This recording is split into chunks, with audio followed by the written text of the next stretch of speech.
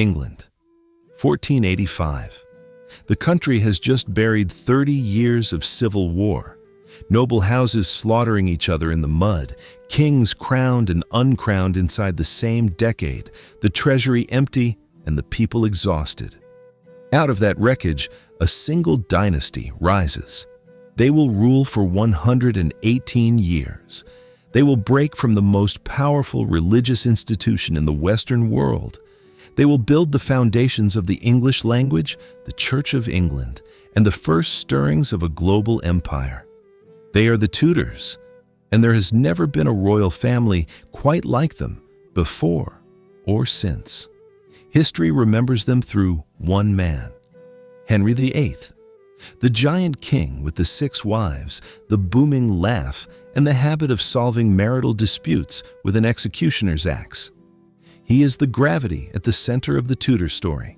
Yes, and everything else, the wars, the reformations, the beheadings, seems to orbit around him.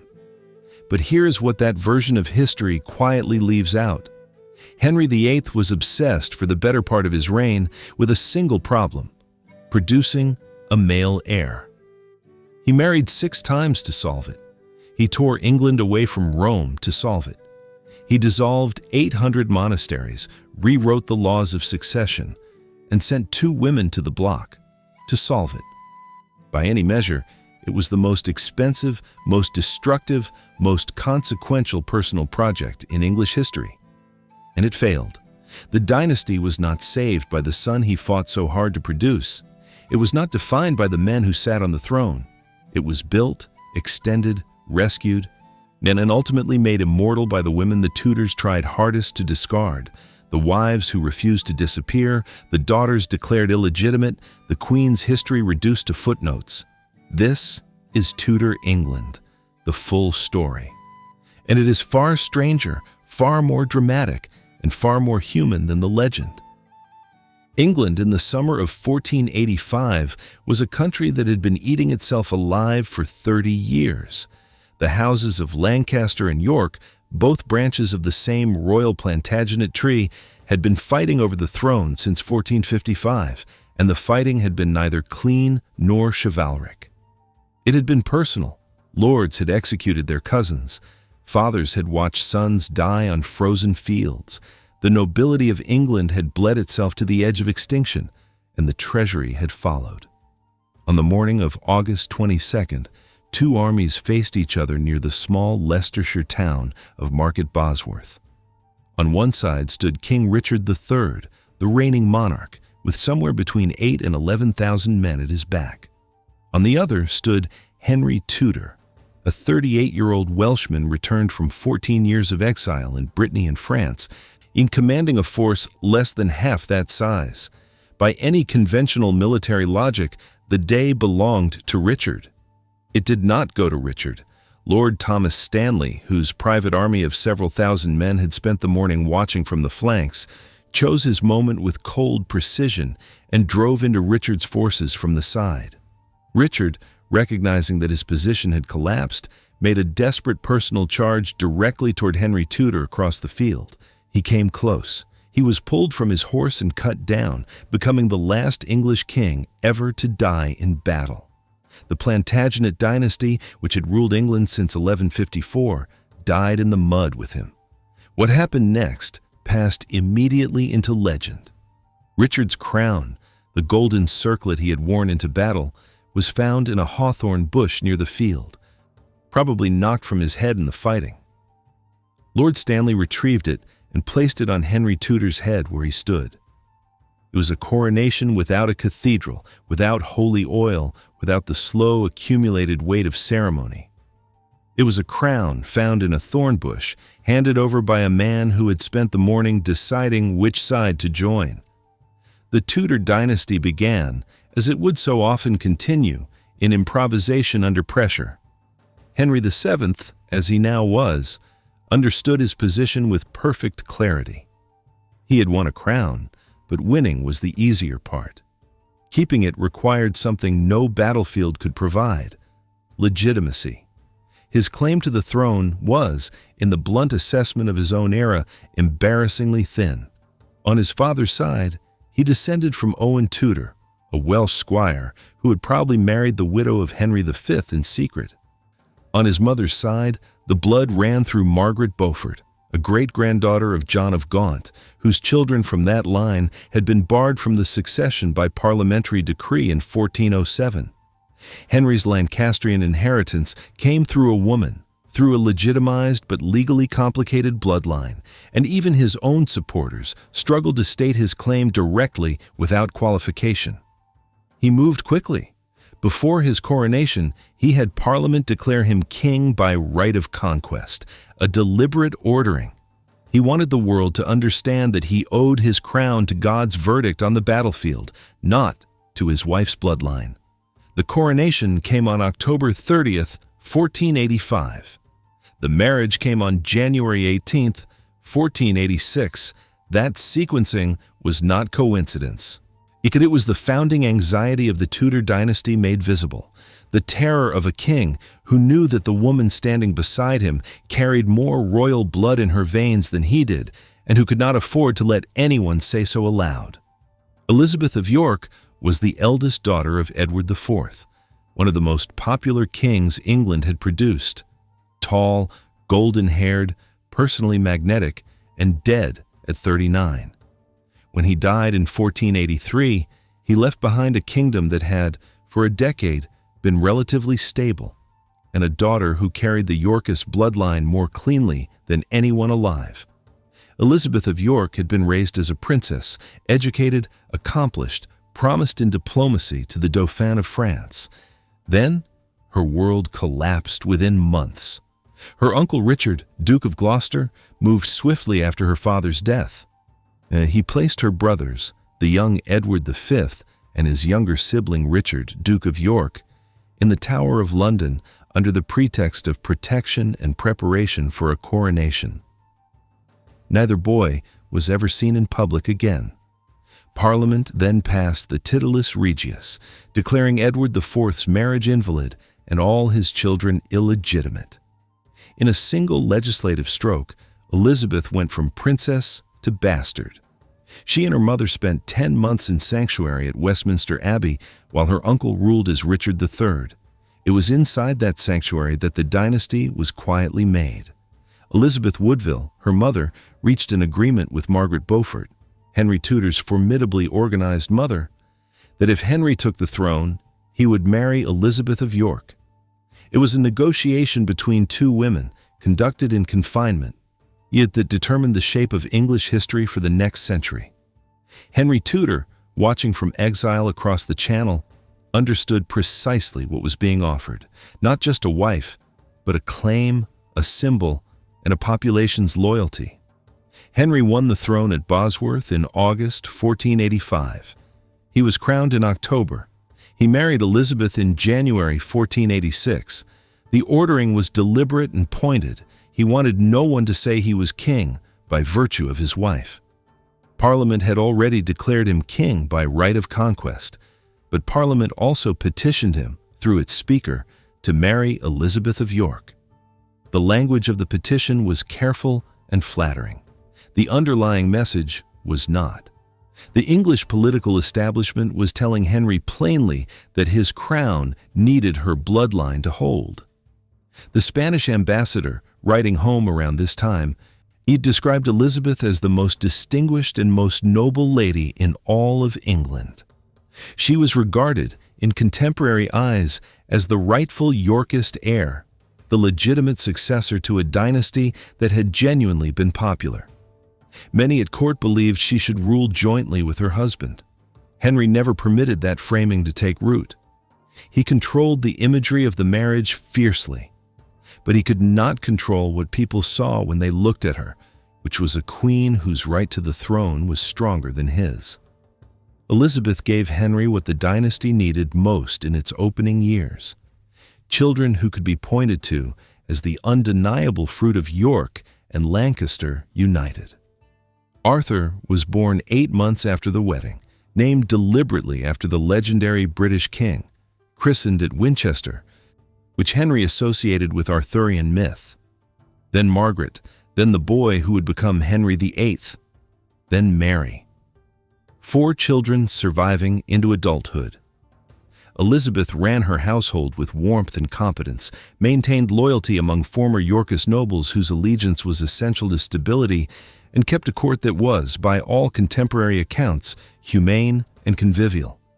She died in February 1503, 9 days after delivering her 8th child, probably from a postpartum infection. Henry VII withdrew from the court entirely.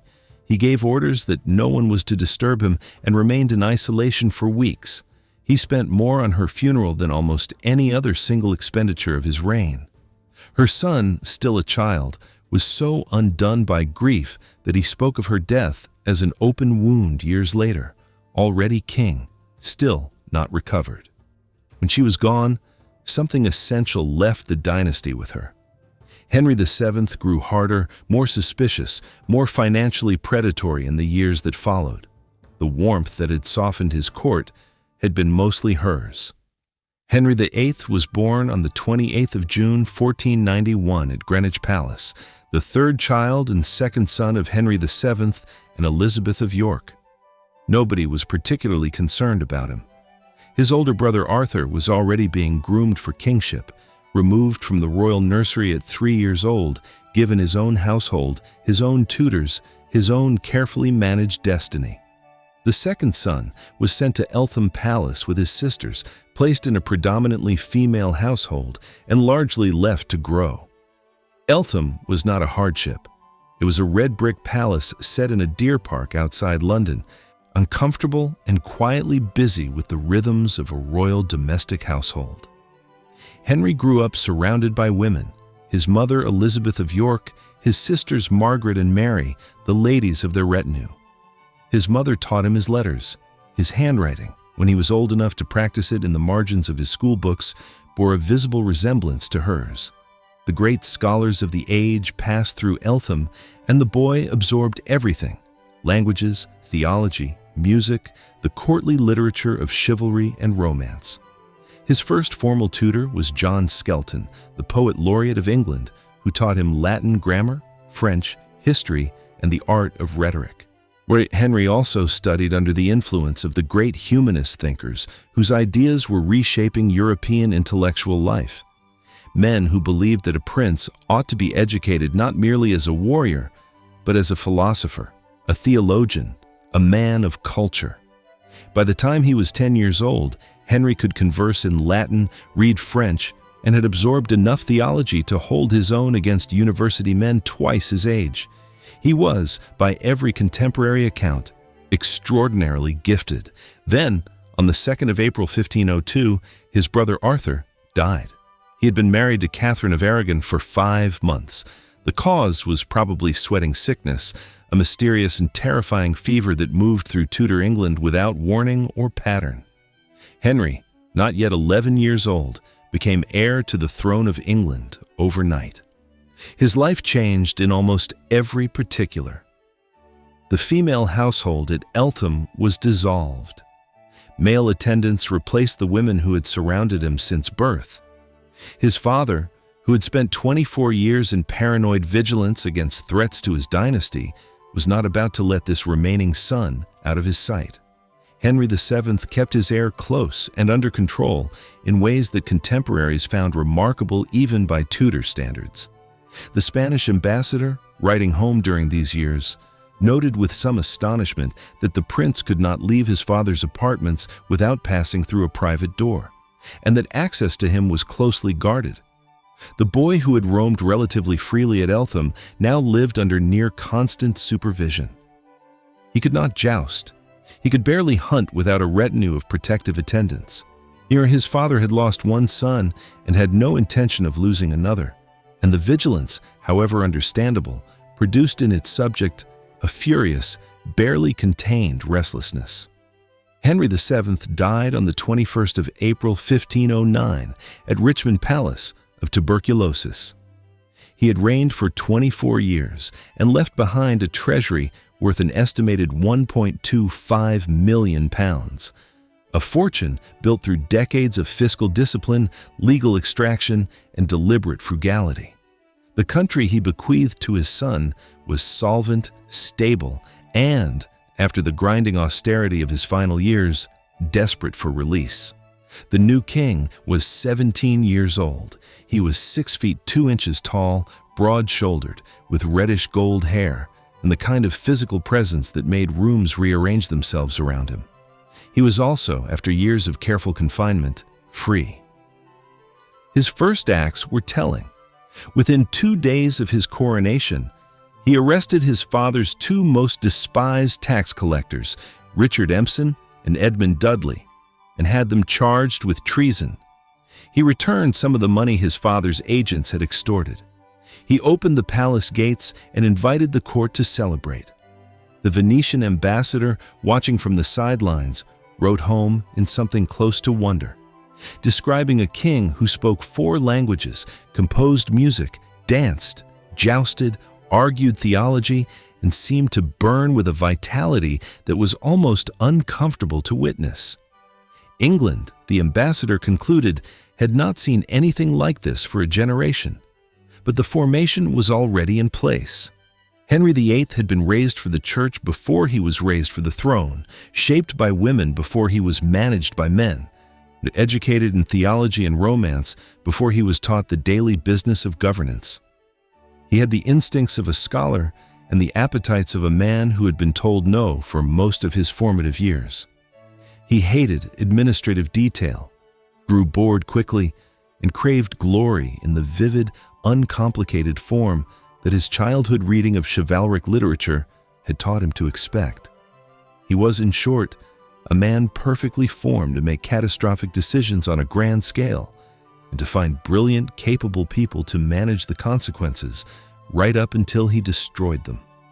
Catherine of Aragon arrived in England in 1501 as the daughter of the 2 most powerful monarchs in Europe. Her mother was Isabella of Castile, who had unified Spain, funded Columbus, and driven the Moorish kingdoms from the Iberian Peninsula through decades of war. Her father was Ferdinand of Aragon, a political operator of cold genius who had spent his reign turning a fractured peninsula into a continental power.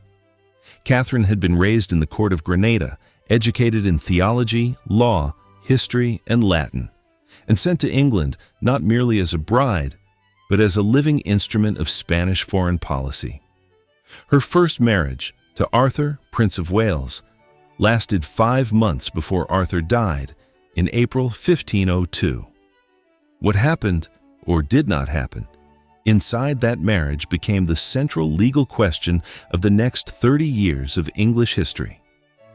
Catherine maintained consistently under oath and at enormous personal cost that the marriage to Arthur had never been consummated.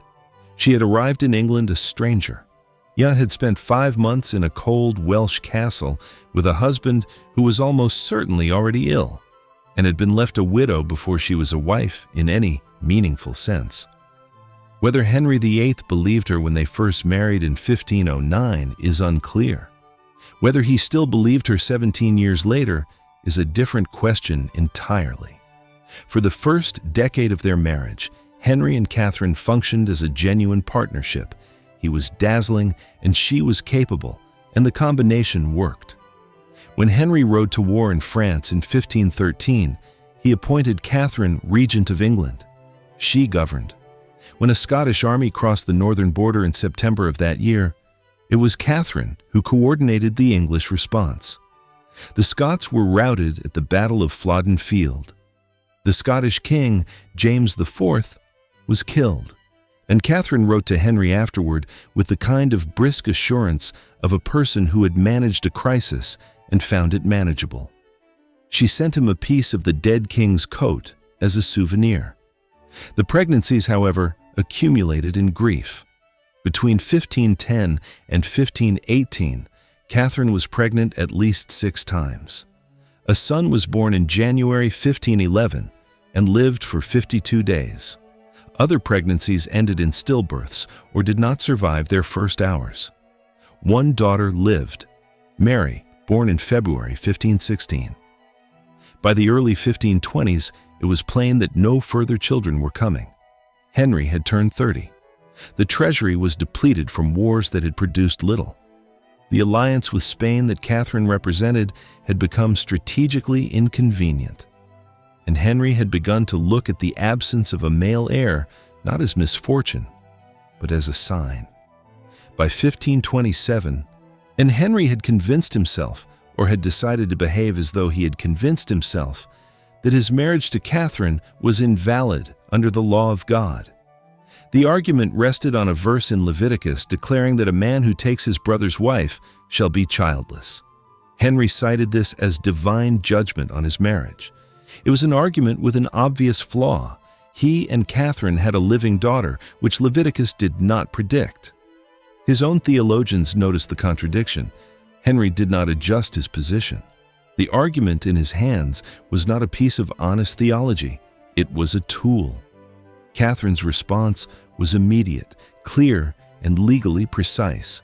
She had not been Arthur's wife in the way the law required to make the Levitical prohibition apply, and she swore to this on the Holy Sacrament. She had the backing of the most eminent theologians in Europe, including scholars Henry himself had once admired. She pointed out that the papal dispensation, which had permitted her marriage to Henry, had been granted by Julius II, one of the most powerful popes of the age, and that challenging it now was not merely a domestic matter, but an attack on papal authority itself. Henry had framed this as a question of conscience. Catherine reframed it as a question of law, and on the law, she had the stronger case. The trial at Blackfriars in June 1529 gave Catherine the stage she had been waiting for. When her name was called, she did not address the cardinals presiding over the case. She walked across the courtroom and knelt at Henry's feet. She spoke to him directly in front of the assembled court, like in the steady voice of a woman who had decided that the truth was her only remaining weapon. She reminded him that she had been a true and humble wife for 20 years, that she had never crossed him in word or deed, and that when he first took her, she had come to him a true maid. She asked him to spare her the extremity of the court and to let justice and right be done. Then she stood, curtsied, and walked out. She never returned. The Pope stalled. The Emperor Charles V, Catherine's nephew, had sacked Rome in 1527 and held Pope Clement VII in a state of anxious dependence. Clement could not rule against Catherine without offending Charles, and he could not rule for Henry without abandoning the theological consistency of 1,000 years of papal authority. The trial was adjourned in July 1529 for a summer recess that everyone understood was not a recess, but a surrender. Cardinal Campeggio, the papal legate sent to manage the proceedings, had spent the entire trial finding reasons not to reach a verdict. Henry's patience, never his strongest quality, was gone. What followed was 5 years of grinding attrition. Henry removed Catherine from court, separated her from her daughter Mary, reduced her household, stripped her of her title as queen, and required her to accept the designation of Princess Dowager, the widow of Arthur, nothing more. She refused every step. She continued to sign her letters, Catherine the Queen. She continued to appeal to Rome, to write to Charles V, to correspond with sympathetic bishops and foreign ambassadors. Yet she was moved progressively to smaller and colder residences, most recently Kimbolton Castle in Cambridgeshire. She was never permitted to see Mary again.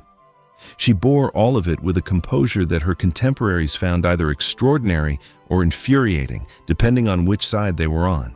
Catherine of Aragon died at Kimbolton on the 7th of January, 1536. She was 50 years old. Her last letter, written to Henry from her deathbed, addressed him as the person she had loved most in the world and asked him to care for their daughter. She signed it, as she had signed every letter for the previous 6 years. Catherine the Queen. Henry wore yellow when he heard the news, a color that some at court read as mourning in the Spanish tradition and others read as something less charitable. Anne Boleyn reportedly celebrated. Within 3 months, Anne Boleyn was in the Tower of London. History in the Tudor era had a particular talent for irony. The machinery that dismantled the medieval English church was not built overnight. Between 1529 and 1534, Thomas Cromwell steered a sequence of acts through Parliament that severed England's ties with Rome, strand by strand, each one more consequential than the last. The Act in Restraint of Appeals in 1533 barred any English subject from appealing to a foreign authority in church matters, which meant Catherine of Aragon could no longer petition the Pope. The Act of Supremacy in 1534 declared Henry VIII the supreme head of the Church of England. 1,000 years of papal authority over English religious life was legislated out of existence in 5 years of parliamentary sessions. Henry was not a Protestant. That distinction matters enormously. He had no theological quarrel with Rome's doctrine. He had written a defense of the 7 sacraments against Martin Luther in 1521, for which Pope Leo X had rewarded him with the title Defender of the Faith, a title English monarchs still carry today. What Henry wanted was a Catholic church without a pope. He wanted to retain the liturgy, the bishops, the hierarchy, the ceremony, and remove the one figure whose authority stood between him and his divorce. The Reformation he created was, at its origins, a constitutional restructuring driven by personal need, not a spiritual awakening. The immediate practical consequence was that Thomas Cranmer, who had been strategically placed as Archbishop of Canterbury in 1533, could now hear Henry's case and rule on it without Roman interference. He did so in May 1533, declaring Henry's marriage to Catherine null and void. Henry had already married Anne Boleyn in secret that January, when it became clear that Anne was carrying his child. The legal architecture had been built specifically to validate a marriage that had already taken place, to protect the legitimacy of a child not yet born. That child, delivered on the 7th of September 1533, was a girl. Henry, who had prepared celebratory jousting banners reading H and S, Henry and Son, had them hastily repainted. The oath of supremacy required every public official, clergyman, and person of consequence in England to swear allegiance to Henry as the head of the church. Refusal was treason. The consequences were immediate and personal. John Fisher, Bishop of Rochester, if the most eminent churchman in England and the last to hold out against the supremacy, was executed in June 1535. Thomas More, Henry's former Lord Chancellor, closest intellectual companion, and the author of Utopia, a man Henry had once walked arm in arm with through the gardens of Chelsea, was executed on Tower Hill on the 6th of July, 1535. He had refused to swear. He had refused to explain why he refused. The silence itself was used against him. The dissolution of the monasteries followed. Between 1536 and 1540, over 800 religious houses, abbeys, priories, convents, and friaries were closed, stripped, and their assets transferred to the crown. Cromwell sent commissioners across the country to conduct inventories and collect evidence of corruption, which was fabricated where it did not exist. The lead was stripped from roofs. Libraries that had preserved manuscripts since the Dark Ages were scattered or destroyed. Stained glass was smashed. The physical fabric of 9 centuries of English religious life was dismantled in 4 years at a rate of 50 houses a month by 1540. The wealth was staggering. Monastic revenues had amounted to roughly £130,000 a year, approximately twice what the crown received from its own estates. The crown became richer by around £150,000 annually in new income. Former monastic land was redistributed to the gentry and nobility who had supported the break with Rome, binding their financial interests to the new religious settlement in a way that made any future reversal enormously costly. Henry had not merely changed the church. He had restructured the English economy of land and wealth around the fact of the change. The north of England did not accept it quietly. In October 1536, a popular uprising known as the Pilgrimage of Grace swept through Yorkshire and Lincolnshire. At its peak, it gathered around 30,000 people, monks, farmers, landed gentry, town craftsmen, marching under a banner depicting the 5 wounds of Christ, demanding the restoration of the monasteries and the removal of Cromwell. It was the largest internal rebellion of Henry's reign. He suppressed it with promises, waited for it to dissolve, and then executed its leaders. Around 200 people were put to death. The rebellion's scale measured something real: the depth of attachment to the old faith in the parts of England farthest from London's court politics. What Henry had created was a church that satisfied almost nobody theologically. The conservatives at court, led by the Duke of Norfolk, wanted to retain Catholic doctrine and practice. The reformers, including Cromwell and Cranmer, wanted to push further toward Protestantism. Henry sat between them, issuing contradictory signals, burning Protestants for heresy on the same days he executed Catholics for treason. The 6 Articles of 1539 reasserted traditional Catholic doctrine on confession, celibacy, and the Mass, alarming the reformers. The English Bible, mandated in every church from 1536, alarmed the conservatives. The Church of England in its first decade was a structure built around one man's will rather than any coherent theology. The long-term consequence was something neither Henry nor anyone in his court fully anticipated. By breaking the institutional continuity of English religion, by handing the Bible to the people in their own language and then destroying the monasteries that had mediated between ordinary life and God, Henry had released forces he could not control and did not understand. The arguments about what the English church should believe, which he had assumed he could settle by personal authority, outlasted him by generations. They ran through the reigns of every Tudor who followed him. They contributed to a civil war 80 years after his death. Catherine of Aragon's refusal to yield had forced open a door that could never be fully closed again. Anne Boleyn arrived at the English court in early 1522, having spent the better part of a decade in the royal courts of Europe. Her father, Thomas Boleyn, was a diplomat of considerable skill and social ambition, and he had secured her a place first in the household of Margaret of Austria in the Netherlands, then in the French court under Queen Claude. Anne was perhaps 14 when she arrived at Amboise. She spent 7 years absorbing the French Renaissance, its music, its fashion, its theology, its politics, at the most intellectually alive court in Europe.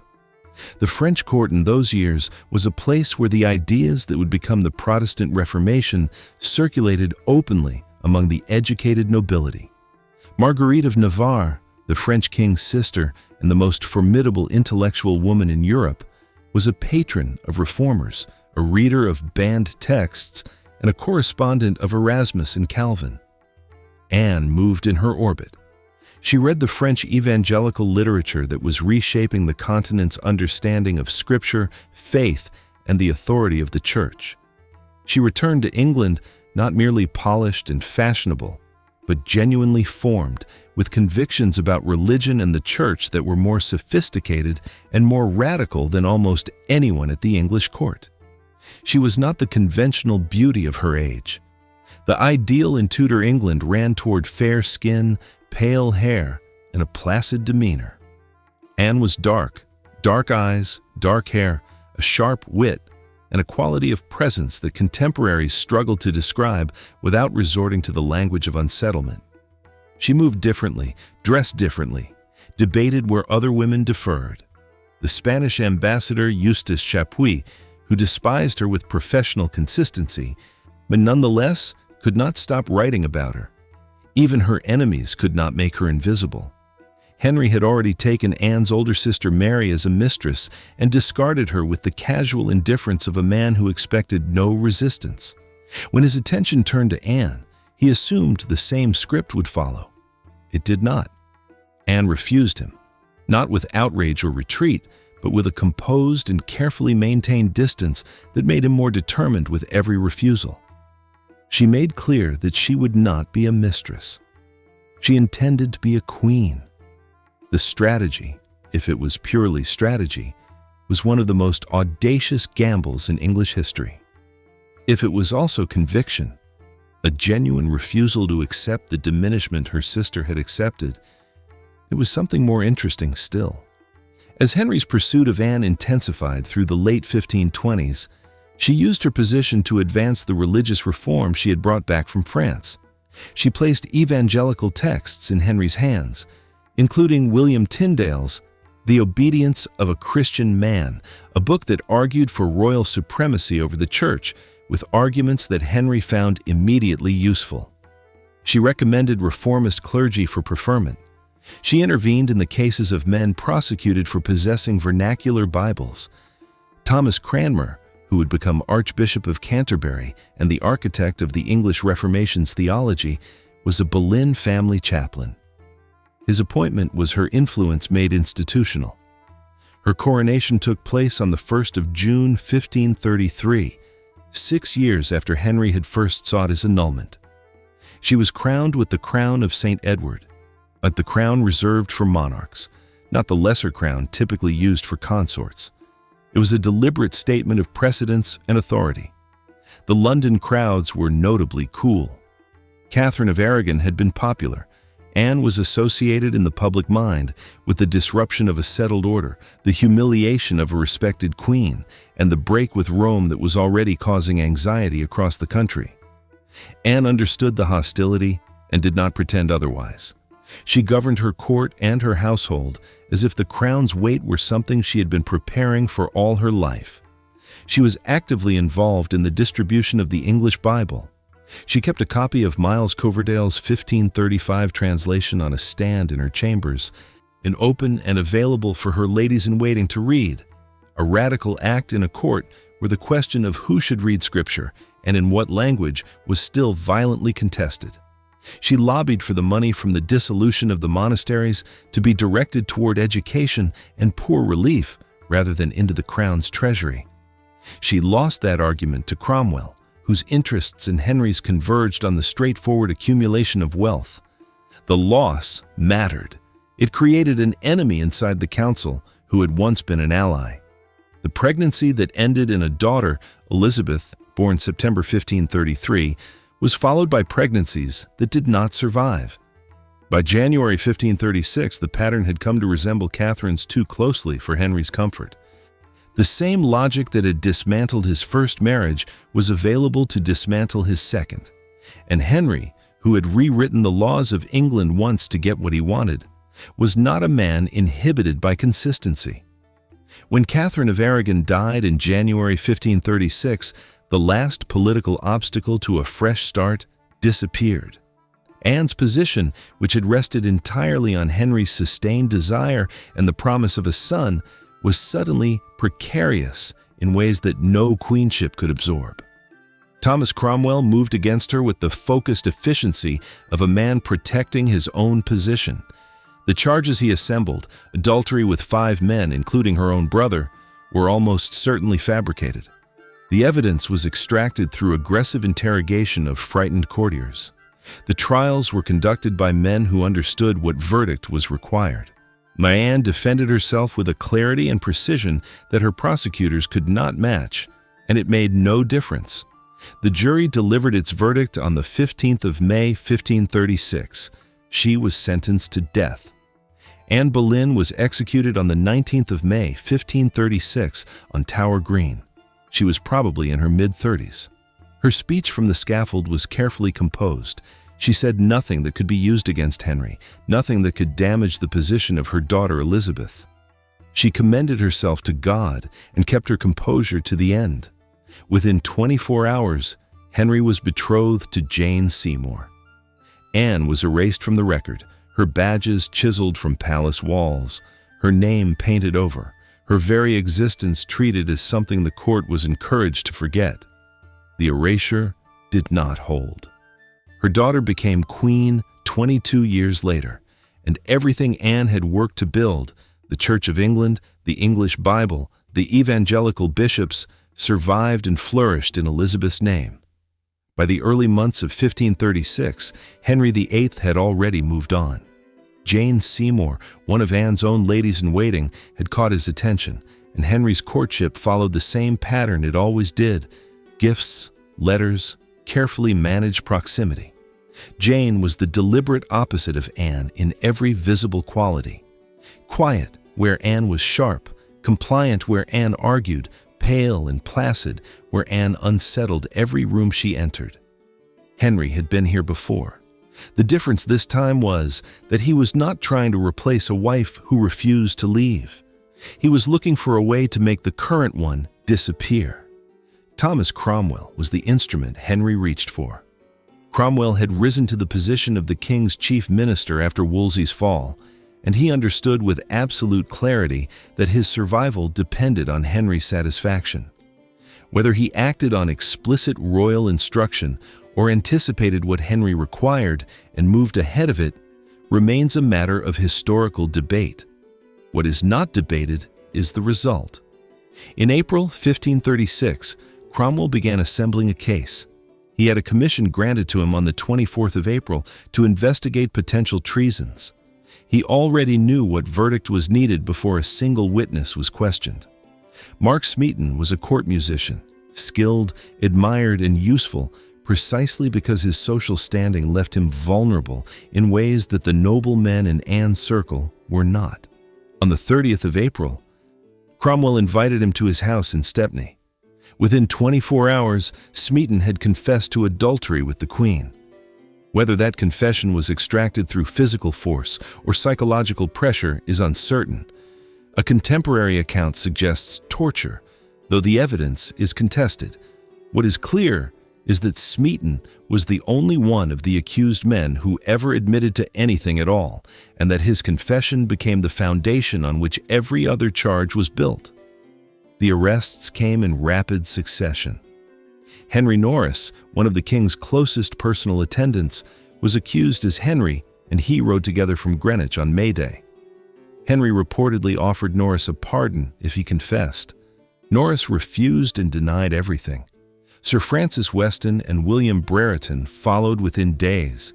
Then George Boleyn, Anne's brother, was arrested on the charge of incest, a charge so extreme that it served a specific purpose beyond the individual case. If Anne was guilty of incest, she was not merely an adulteress, but a moral monster, a woman whose depravity justified the complete erasure of her queenship and everything associated with it. Anne herself was arrested on the 2nd of May and taken to the Tower of London by barge. She entered through the same water gate she had passed through 3 years earlier on the night before her coronation. The records of her first days in the Tower show a woman in acute distress, alternating between tears, laughter, and long prayers, but also a woman whose mind was still working. Her reported conversations with her jailers were used as evidence against her. Fragments of speech, taken out of context, now were reconstructed into admissions.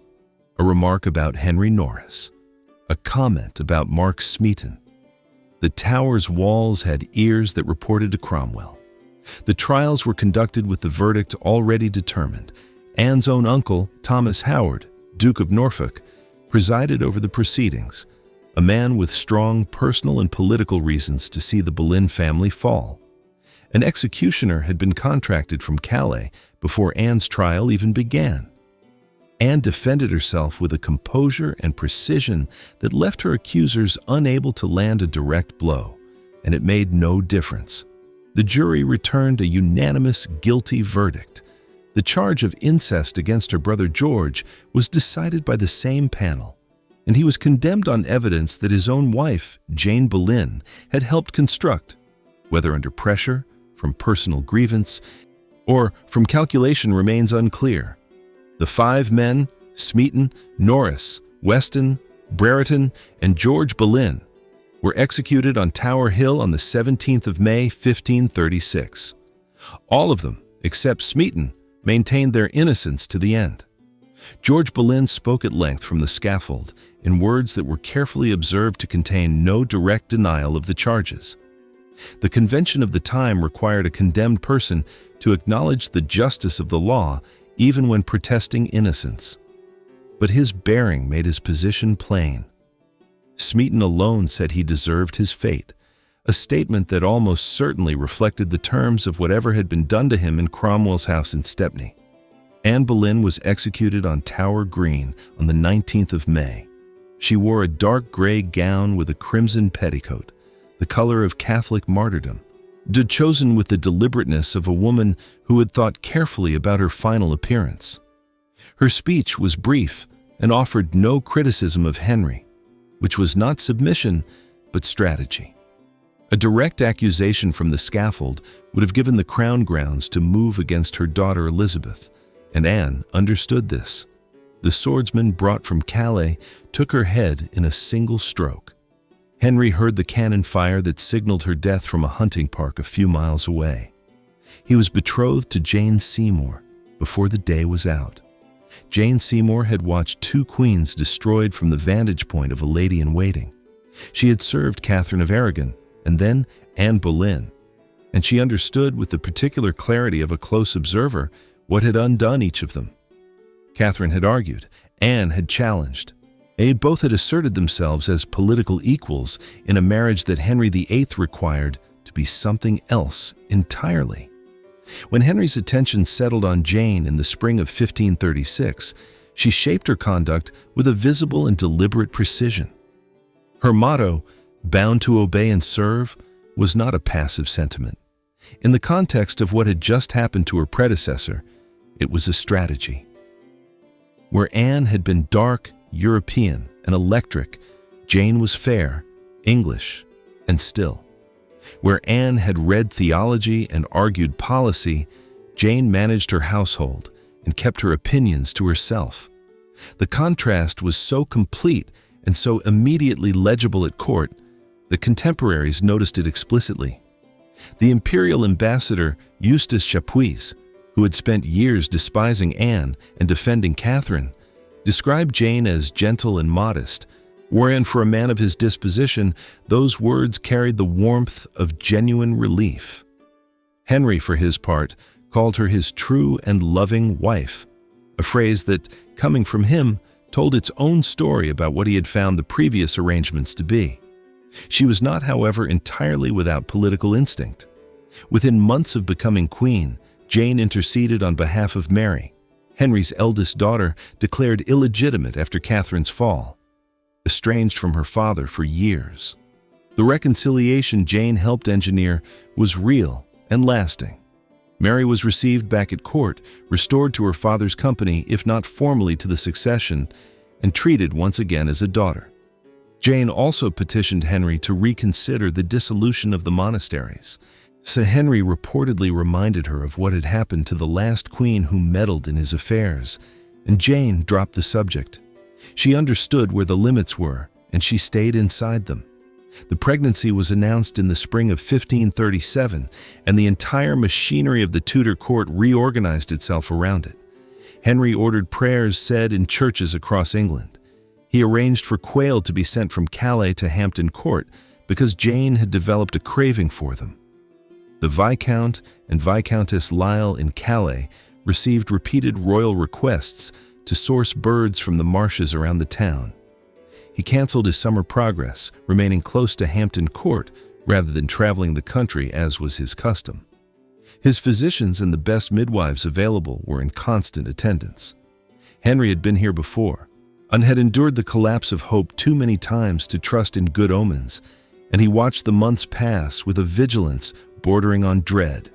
Edward was born at 2 o'clock in the morning on the 12th of October 1537 at Hampton Court Palace after a labor that lasted close to 3 days. He was healthy. The bonfires were lit on hilltops across England that night. Wine ran in the gutters of London. A 2,000-gun salute thundered from the tower. Henry, by contemporary account, wept. He had torn the country apart across 3 marriages and 28 years of effort, and the thing he had destroyed so much to produce had finally arrived. The christening took place 3 days later in the Chapel Royal at Hampton Court, attended by both Mary and Elizabeth, their father's bastard daughters carrying their brother's christening train. Jane did not attend the christening, as custom required. She remained in her chamber and received her son there afterward, sitting up in bed to hold him. 4 days later, she fell ill. The infection moved quickly. Her physicians sent reports to Cromwell in the measured, carefully hedged language of men managing expectations. She had rallied, she had worsened, she was in God's hands. Henry, who had already left Hampton Court, was told she was declining and returned. On the 24th of October 1537, 12 days after Edward's birth, Jane Seymour died. She was probably 28 years old. The cause was almost certainly puerperal fever, a postpartum infection that Tudor medicine had no means of treating and no reliable way of preventing. Henry wore black for 3 months and canceled Christmas at court. He withdrew from public life for weeks. When he finally emerged, the court around him had been quietly reshaped. Jane's brothers, Edward Seymour and Thomas Seymour, were now men of consequence, their proximity to the heir giving them a political leverage that would define the next reign entirely. Henry had his son. The dynasty had its future. But the woman whose compliance had made both possible was gone, and what replaced her, in Henry's emotional life and in the management of his court, was something colder, more erratic, and more dangerous. The gentleness that Jane had brought, the brief respite between the storm of Anne and the storms that followed, had lasted exactly 18 months. Henry VIII declared his daughters illegitimate twice, once each in sequence, as their mothers fell from favor. Mary lost her legitimacy in 1533, when Cranmer's annulment of Catherine's marriage made her the product of a union that had never, in law, existed. Elizabeth lost hers in 1536, when the same logic was applied to Anne Boleyn's marriage in the weeks following the execution. Both daughters were stripped of the title of princess and redesignated lady, a word that carried rank but not succession, dignity but not power. Both were removed from the line of inheritance. Both were, in the eyes of the law Henry had constructed to suit himself, born of nothing. Mary's experience of illegitimacy was prolonged and deliberately punishing. From the autumn of 1533, she was placed in the household of her infant half-sister Elizabeth, not as a guest or companion, but as a member of the baby's retinue required to serve a child who had displaced her. Her own household was dissolved, her servants dismissed, her title gone. She was forbidden from corresponding with her mother Catherine, who was herself confined at a distance and declining in health. For 3 years, Mary endured the calculated humiliation of a father who wanted her compliance and was willing to use systematic degradation to obtain it. She refused to yield. The stubbornness was her mother's. The pressure on Mary to sign a document acknowledging her own illegitimacy, her mother's marriage as invalid, and her father's supremacy over the church reached its most acute point in the summer of 1536.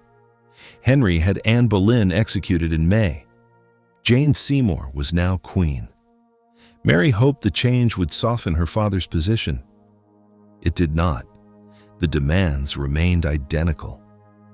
Her cousin Emperor Charles V, to whom she had appealed repeatedly for support, advised her to submit.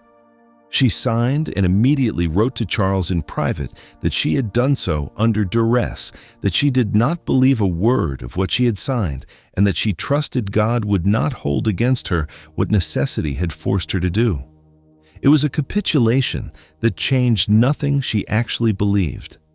Elizabeth's illegitimacy arrived when she was not yet 3 years old. Her mother was executed on the 19th of May, 1536. Parliament confirmed her parents' marriage invalid within weeks. She was redesignated Lady Elizabeth, her succession rights erased, her household's budget cut to the point where her governess, Lady Margaret Bryan, had to write to Cromwell that the child had outgrown all of her clothes, and there was no money to replace them. Henry had seen his daughter at Christmas, 1536, but one account from the period suggests he had her seated somewhere out of his direct line of sight. There is no record of what the child was told or understood about what had happened to her mother.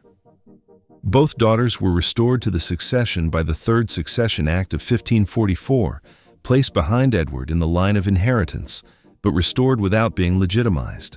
The distinction was legally precise and personally significant. They were heirs, but still bastards. They could inherit the throne, but could not claim the full dignity of royal birth. Elizabeth carried the stigma of illegitimacy her entire life. When Pope Pius V issued a papal bull against her in 1570, 12 years into her reign as queen, he described her explicitly as a bastard and a heretic. And the word followed her from the cradle to the grave, and she never once, in any recorded statement, acknowledged it as true. What the years of illegitimacy produced in each daughter was distinctive and lasting. Mary emerged from her experience with a faith hardened to iron. Catholicism had been the ground beneath her feet when everything else was taken away, and she held it with a ferocity proportional to what it had cost her. She also emerged with a deep and permanent suspicion of the political world around her, a sense that the people nearest to her were most likely to betray her. The suspicion was not irrational. Her own father had declared her a bastard. Her own uncle had presided over her mother's destruction. The Tudor court had taught her that proximity to power was the most dangerous place to stand. See, Elizabeth emerged with something different, a capacity for concealment that became, in time, one of the most formidable political instruments in English history. She had learned to say nothing that could be used against her before she was old enough to understand why the lesson mattered. When interrogators came for her during her sister Mary's reign, she gave them words that filled the air without committing to anything. When her governess, Cat Ashley, was arrested in 1549 on charges connected to Thomas Seymour and questioned about Elizabeth's involvement, Elizabeth gave nothing away. She had been practicing since she was old enough to speak. The court had taught her what words cost, and she spent them with extraordinary care for the rest of her life.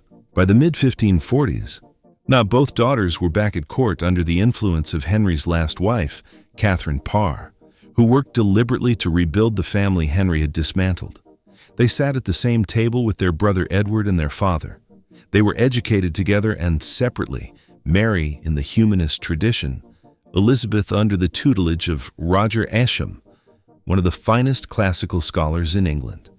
The surface of the family had been repaired, but the years of separation, of illegitimacy, of watching their mothers destroyed and their own names legally erased, had formed both women in ways that no subsequent rehabilitation could undo. They had been discarded and had survived it. They carried that knowledge into everything that followed. By 1539, Henry VIII was 48 years old, and the court that surrounded him had become a place of exquisite caution.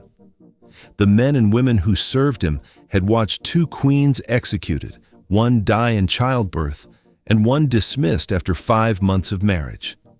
They had seen a Lord Chancellor, a cardinal, and the king's closest friend beheaded.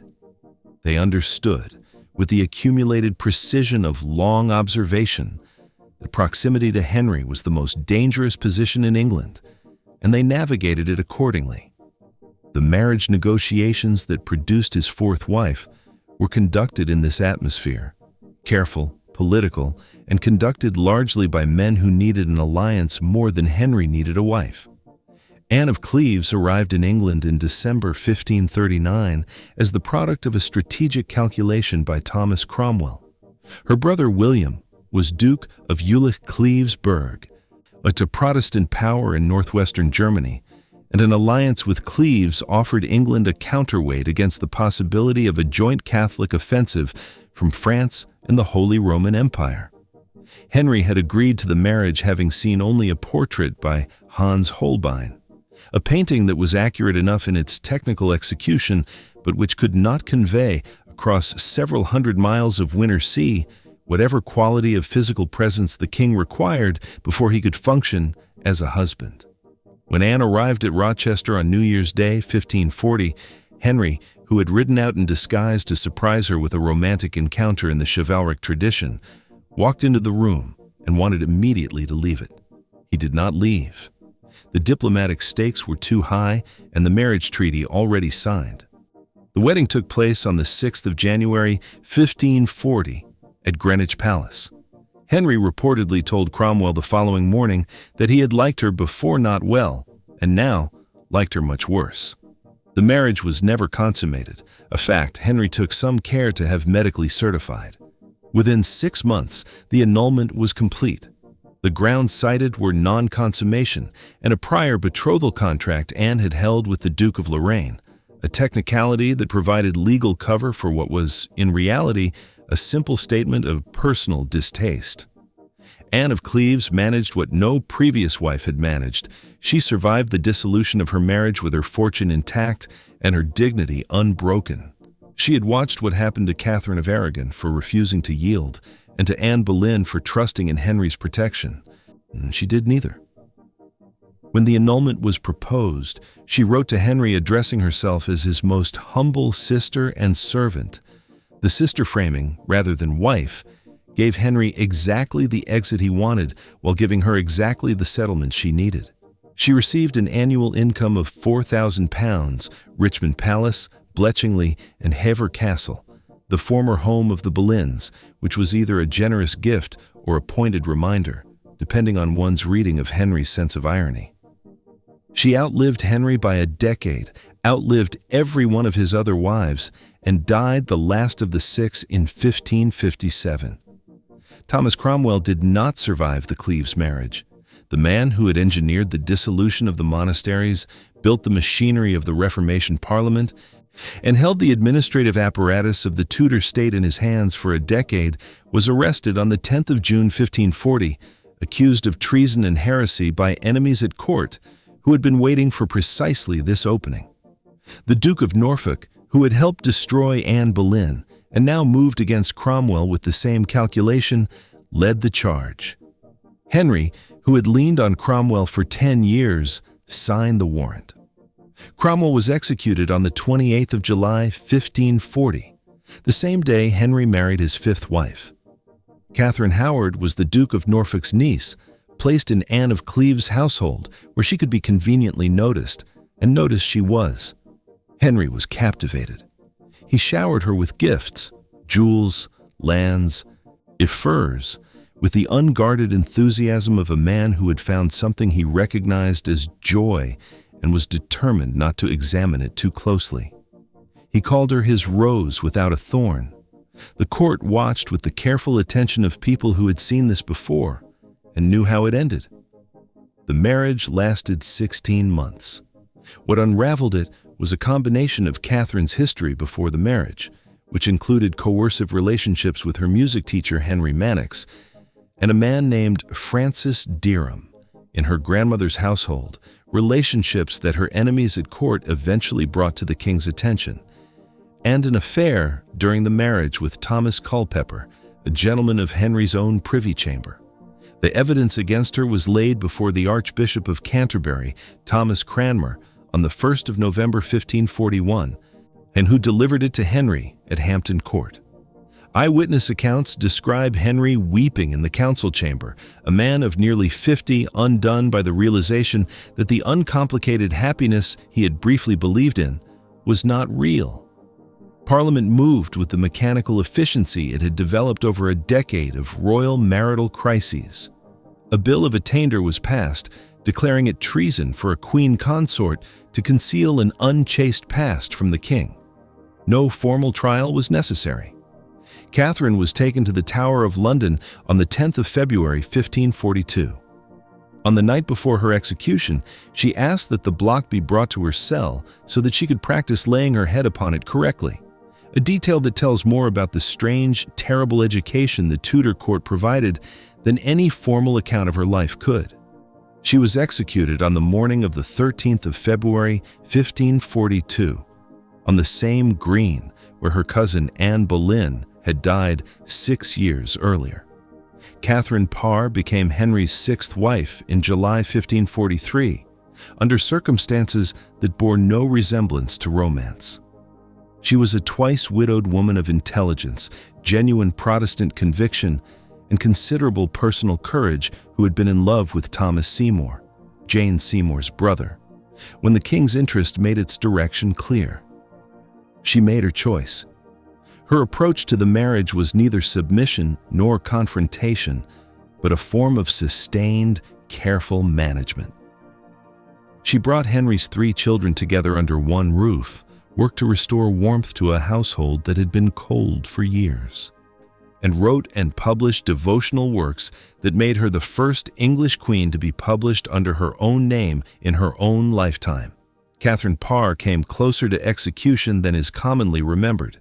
In 1546, conservative bishops who resented her Protestant influence persuaded Henry to sign a warrant for her arrest on charges of heresy. A copy of the warrant fell into her hands. How, exactly, has never been established, and she went immediately to Henry's chamber. She did not defend herself.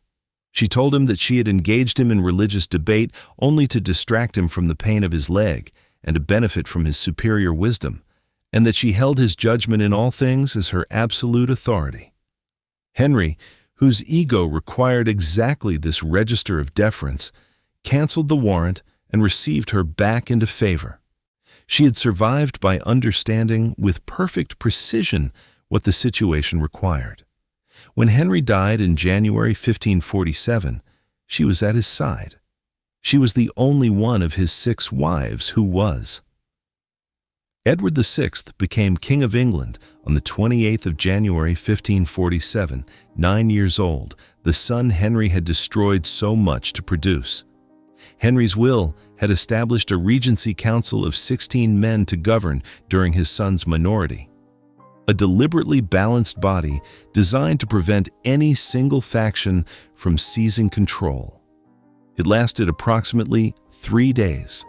Edward Seymour, the king's maternal uncle and the most aggressively ambitious man on the council, maneuvered himself into the position of Lord Protector before Henry was in the ground. He awarded himself a dukedom, a salary, and powers that the will had specifically not granted him. And the men Henry had trusted to govern collectively had barely finished reading the document before they began dismantling it. Edward himself was not the passive instrument his age might suggest. He had been educated by Protestant humanists, Sir John Cheke and Roger Ascham among them, and had absorbed their convictions with the intensity of a boy who had grown up being told that his purpose was to complete what his father had begun. He kept a journal throughout his reign, precise and emotionally flat, recording the affairs of state with the careful attention of a young man who understood that history was watching. He was genuinely, deeply Protestant, not as a political position inherited from his Tudors, but as a personal conviction that the English Church still carried the stain of Catholicism and that it was his God-given duty to scrub it clean.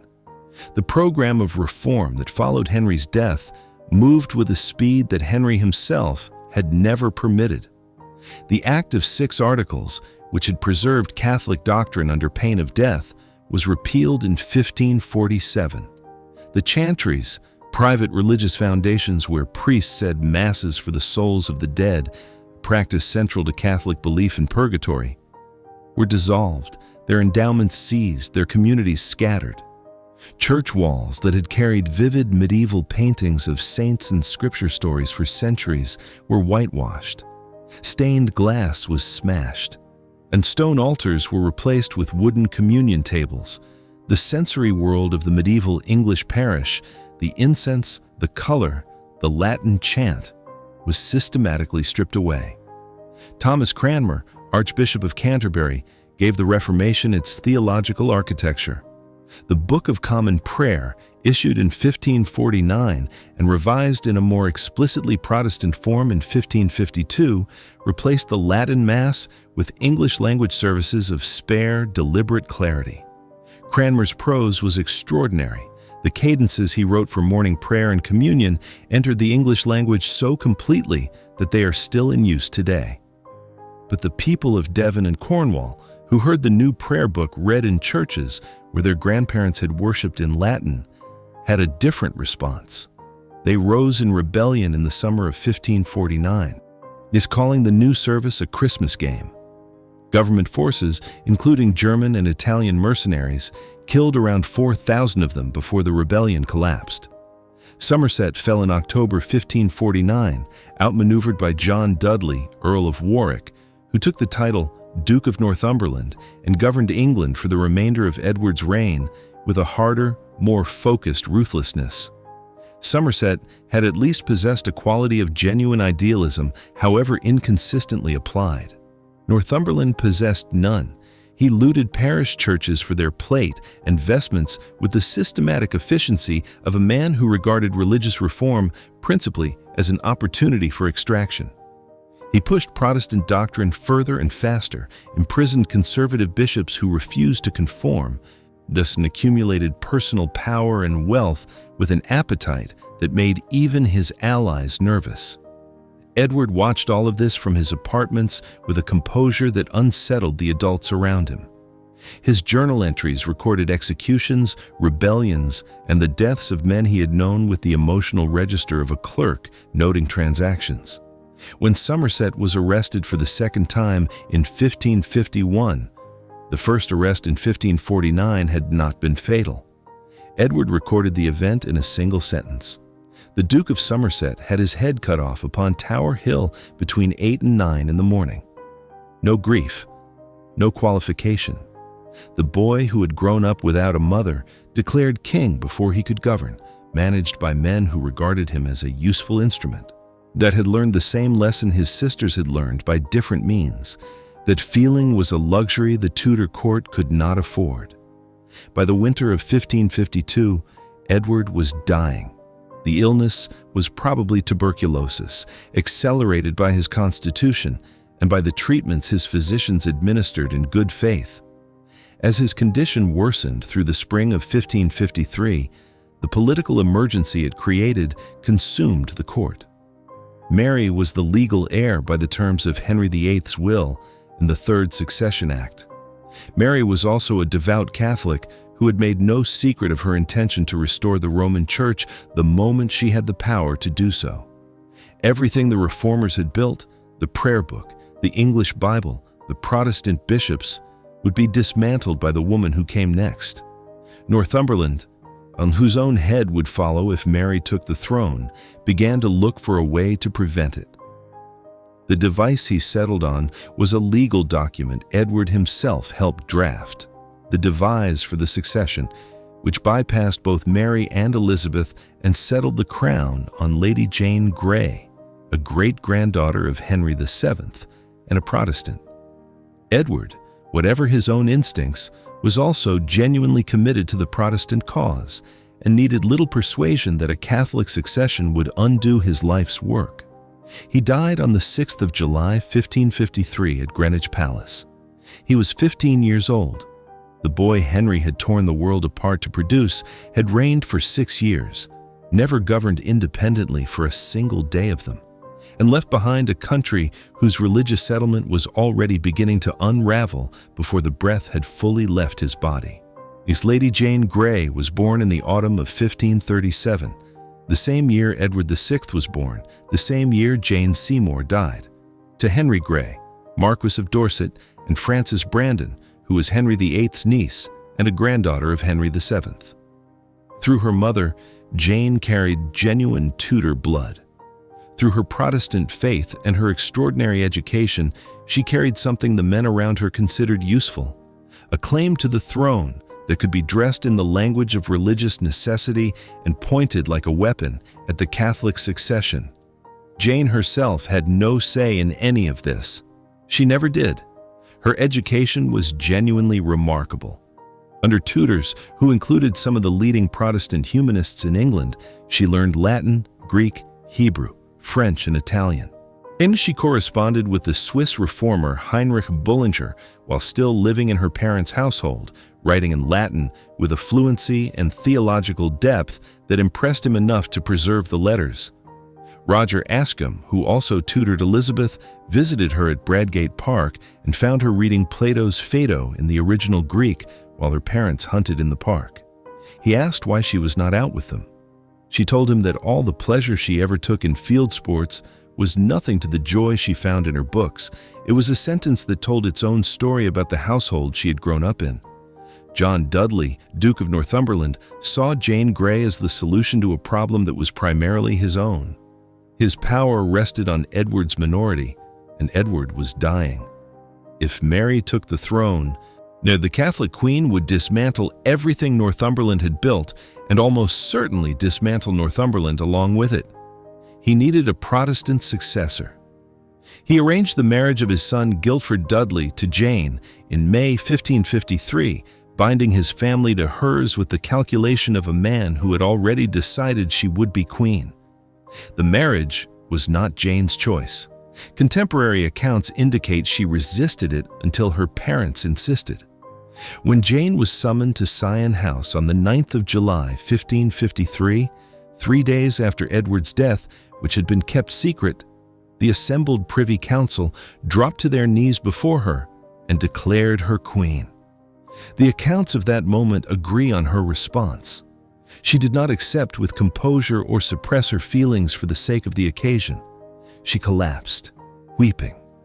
And when she found her voice declared that the crown was not her right and pleased her not, and that the Lady Mary was the rightful heir. She was overruled by the men around her, including her own father, and accepted the crown under a pressure that left no meaningful choice in the matter. On the 10th of July, she was taken by royal barge to the Tower of London, the traditional residence of monarchs awaiting coronation. The London crowd, lining the banks to watch, was almost entirely silent. Mary Tudor, meanwhile, did not flee. She rode into East Anglia and raised her standard at Framlingham Castle, declaring herself the rightful queen and summoning England's loyalty to the blood of Henry VIII. What followed was not a military contest. It was a referendum on legitimacy, and the country answered it with uncomfortable speed. The nobility, who had signed Edward's device for the succession and sworn to uphold Jane's claim, began to slip away from the council chamber, one by one, toward Mary's growing army. By the 19th of July, 9 days after Jane had been proclaimed queen, the Privy Council abandoned her entirely. Her own father climbed down from the battlements of the tower, where he had been flying Jane's standard, and proclaimed Mary queen in the streets below. Jane's reign was over. Mary initially spared Jane. She understood, as she told her council, that the girl had been a pawn rather than a principal, and her conscience would not permit the execution of an innocent. Jane and Guilford Dudley were tried for treason in November 1553, convicted and sentenced to death. But the sentence was suspended. Jane remained in the tower, held in the gentleman jailer's lodgings with 4 servants and access to the gardens, waiting for a resolution that seemed for several months likely to favor her survival. Then, her father made his decision. When the Duke of Suffolk joined Wyatt's rebellion in January 1554, he transformed his daughter from a prisoner into a liability. Mary, facing armed Protestant rebellion, could no longer afford to leave a Protestant claimant alive. Mary's chaplain was sent to Jane in the Tower with an offer: convert to Catholicism and the sentence would not be carried out. Jane refused without hesitation. She spent her final days writing a letter to her sister Catherine urging her to hold fast to her faith, a letter to her father telling him that his decision had condemned her, marginal notes in the prayer book she planned to carry to the scaffold. None of these writings have the register of a woman in despair. They have the register of someone who had made peace with what was coming and intended to make the most deliberate possible use of her remaining time.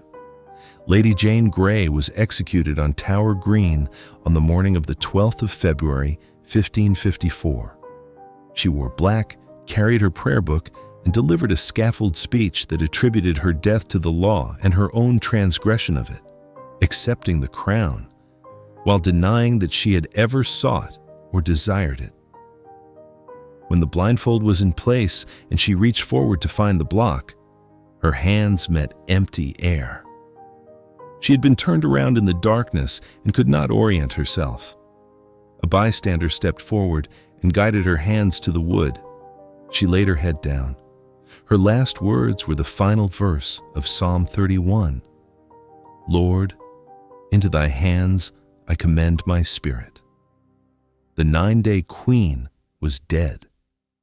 She was buried in the chapel of St. Peter at Vincula inside the tower, a few feet from Anne Boleyn, in the ground that held more Tudor women than any other place in England. Mary Tudor rode into London on the 3rd of August, 1553, at the head of a procession that stretched for miles. She wore purple velvet and a crown of precious stones, and the crowds that lined the streets were louder and more spontaneous than anything the city had produced in years. They were not cheering for Catholicism, though Mary believed they were. They were cheering for legitimacy, for the daughter of Henry VIII, the rightful heir, the woman who had defied a coup and won. For one brief, uncomplicated moment, Mary was exactly what England wanted, a monarch whose claim was beyond dispute and whose arrival meant the restoration of order.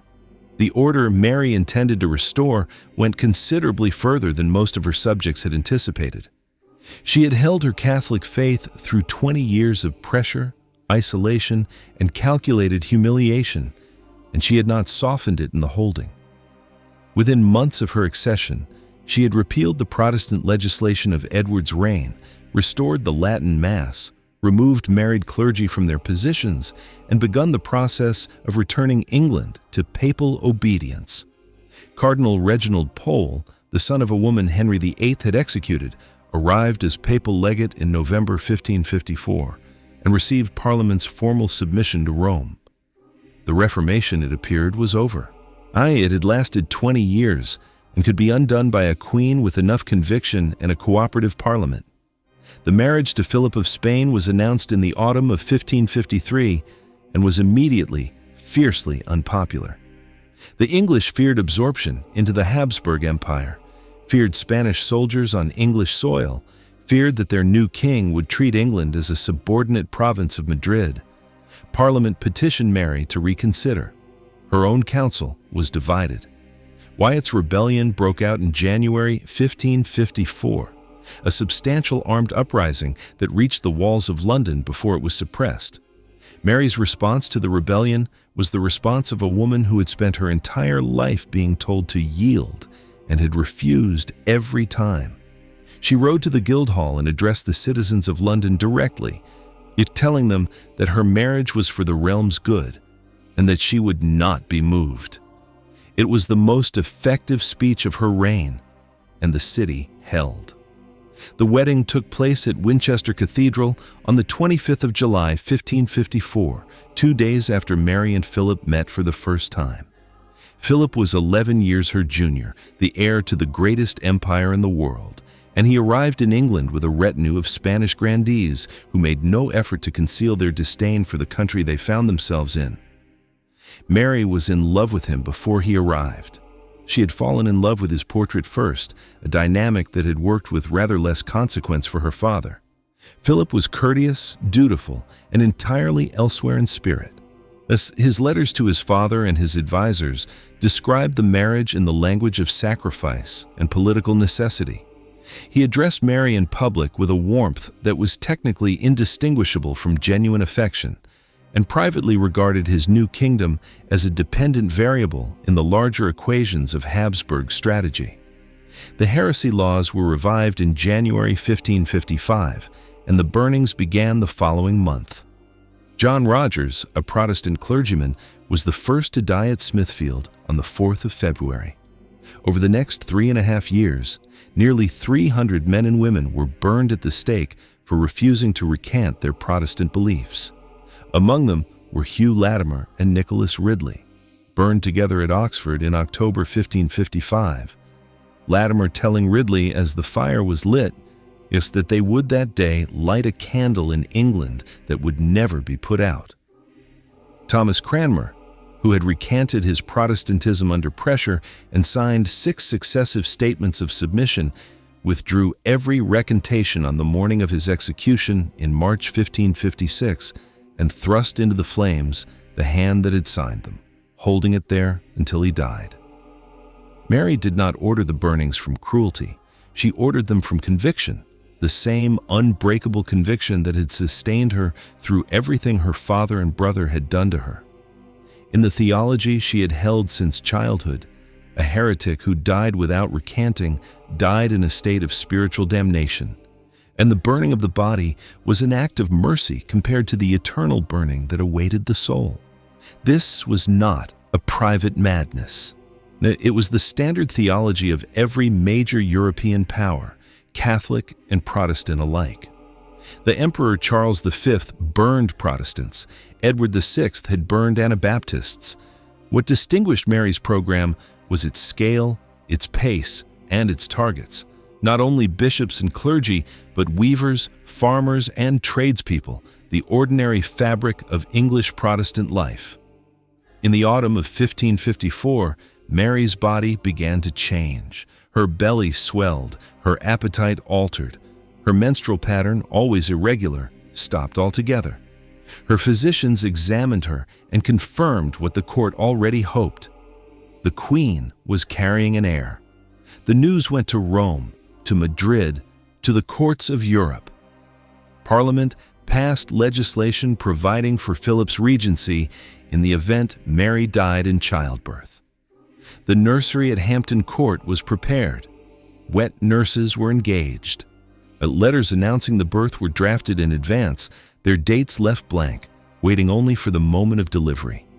The church bells of London were primed to ring. The due date came in April 1555 and passed in silence. May came. June came. By July, the court had stopped pretending. Mary remained in her apartments at Hampton Court, the swelling in her belly receding week by week, the truth closing in on her from every direction. On the 30th of April, the bells of London had actually rung. A false report of the birth had spread through the city before it could be corrected, and for a few hours the people had celebrated an heir who did not exist. When the official silence finally confirmed what everyone had suspected, Philip left for the Netherlands in August. Mary's tearful pleas for him to stay were recorded by the Spanish ambassador. Philip sailed anyway. He returned once, in 1557, to draw England into his war with France. Mary agreed. In January 1558, the French captured Calais, England's last territory on the continental mainland, held for over 200 years. The loss was a national humiliation of the first order, and it landed on a queen who was already dying. Mary was ill through most of 1558 with what was probably uterine or ovarian cancer. She suffered from severe headaches, fever, and a deterioration that her physicians could slow but not stop.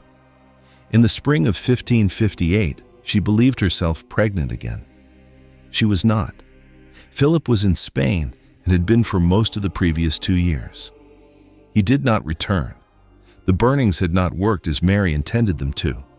They had not broken Protestant resistance or persuaded the population that the old faith was worth returning to. They had instead produced martyrs whose deaths circulated in pamphlets, in whispered accounts, in the collective memory of the communities where the fires had burned. John Fox, who had been in exile on the continent during Mary's reign gathering testimony, returned after her death to publish his Acts and Monuments, the Book of Martyrs, which fixed the Marian burnings in English Protestant consciousness for generations. Mary had wanted to cauterize heresy. She had instead given it the most powerful propaganda it would ever receive. Even Philip's own advisors had warned him that the pace of the burnings was damaging.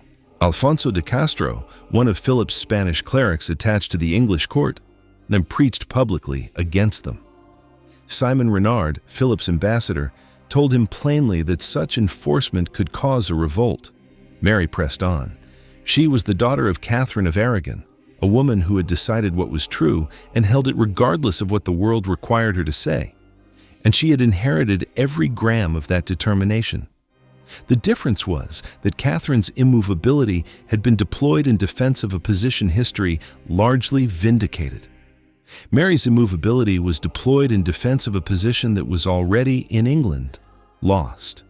Mary I died at St. James's Palace on the 17th of November 1558. She was 42 years old, and she had reigned for 5 years. She died knowing that everything she had rebuilt would be dismantled by the woman who came next. Her last coherent words, reported by her ladies, and expressed the hope that Elizabeth would keep the Catholic faith. No such promise was given. At the moment of her death, messengers were already riding hard for Hatfield House, where Elizabeth was waiting. Mary had been England's first crowned queen regnant, had seized her throne against a coup, had governed with energy and conviction, and had been failed not by her will, but by her body. The same place the Tudor dynasty had always been most vulnerable. She was buried at Westminster Abbey. The inscription on her tomb was added later by her sister, and it read, Consors sepulchri et regni expectans resurrectionem, partner in throne and tomb, awaiting the resurrection. Elizabeth Tudor received the news of her accession on the 17th of November 1558 at Hatfield House, sitting under an oak tree in the park, reading a book. I.e., the Lords of the Council rode up the drive and dropped to their knees in the autumn mud before her. She knelt in response and spoke a verse from the 118th Psalm in Latin. This is the Lord's doing, and it is marvelous in our eyes. It was a carefully chosen text for a woman who had spent 5 years as a prisoner, a suspect, and a bastard, watching her sister's reign from a careful survivalist distance. England had a new queen. She was 25 years old and had been preparing for this moment, consciously or not, since the day her mother was executed. The country she inherited was in no condition for sentiment. England was financially exhausted, its currency debased, its treasury depleted by Mary's wars, its population bitterly divided between faiths. The French held Calais. The Spanish ambassador was already discussing whether Philip II should propose marriage to the new queen, presumably to retain some influence over the island his late wife had governed. The Pope regarded Elizabeth as illegitimate and her title to the throne as legally void. Half of Europe was waiting to see whether she would last the year. Her first appointment was her chief minister, William Cecil, a cautious, brilliant administrator who had managed to survive every religious shift since Henry VIII's reign by being consistently indispensable. Elizabeth told him on the day she appointed him that she required from him his opinion and counsel, that she distinguished between his personal interest and his duty to her, and that she expected honesty above all things, that if he ever gave her advice, he knew to be false or flattering. She would consider it a betrayal. She meant it. Cecil served her for 40 years. The partnership was the most effective in Tudor history and one of the most effective in English history because it rested on a genuinely shared understanding of how government worked and what England needed. The religious settlement required immediate attention and immediate nerve. The country had been officially Catholic for 5 years and officially Protestant for 6 before that, and the whiplash had exhausted the population's capacity for theological certainty.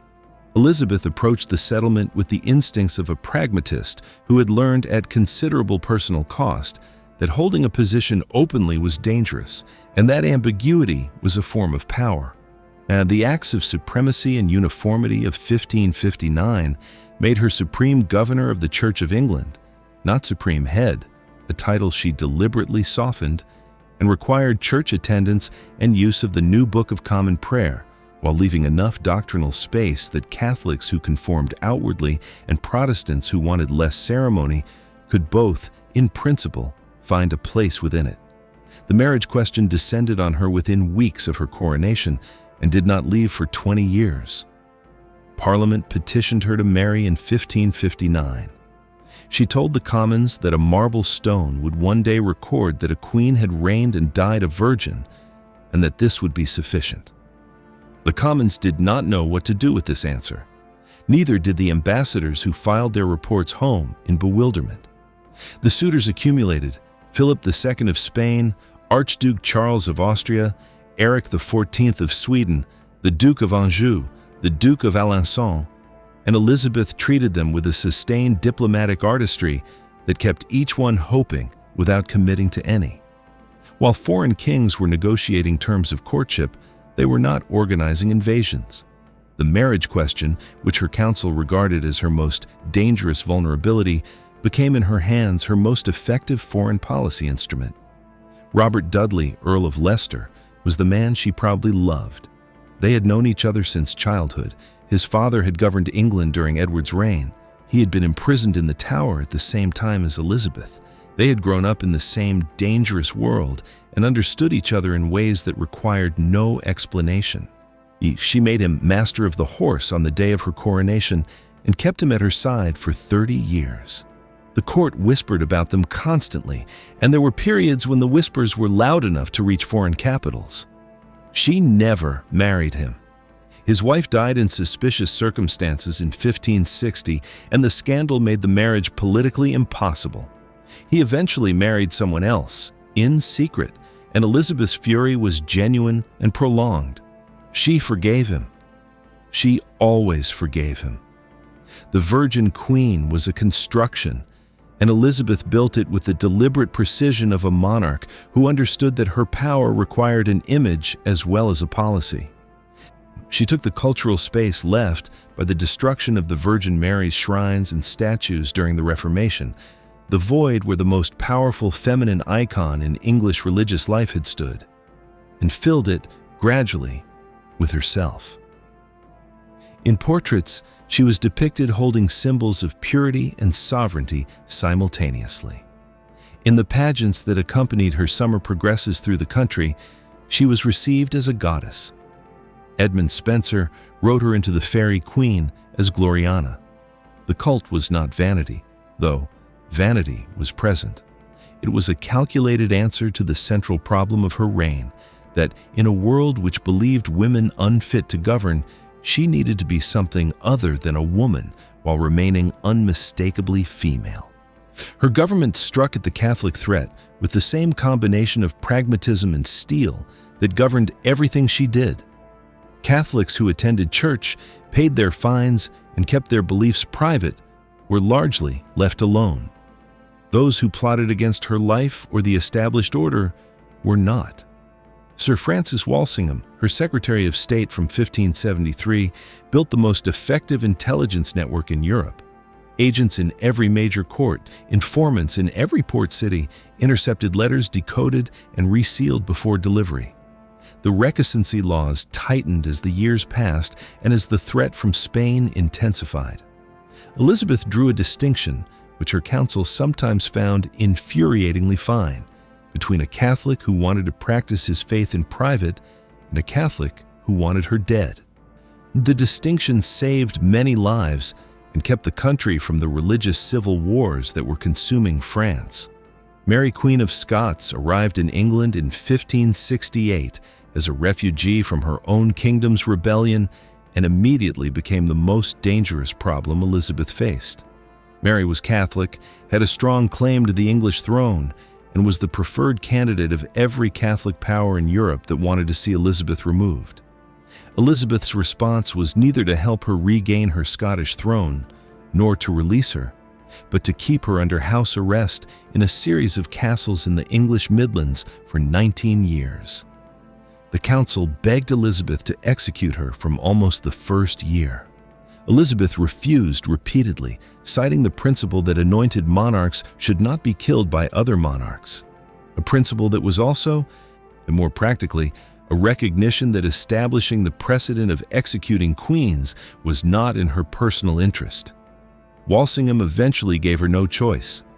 In 1586, he exposed the Babington Plot, a plan to assassinate Elizabeth and place Mary on the throne, which Mary had endorsed in writing. The letters had been smuggled in and out of her prison inside beer barrels, intercepted, decoded, and allowed to continue until Mary had committed herself to paper beyond any possibility of denial. Elizabeth signed the death warrant in February 1587 after months of agonizing, then tried to recall it, telling her council she had not intended it to be sent. Her council sent it anyway. Mary was executed at Fotheringhay Castle on the 8th of February 1587. When the headsman lifted the severed head, the wig came away in his hand. you are revealing the gray-cropped hair of an old woman.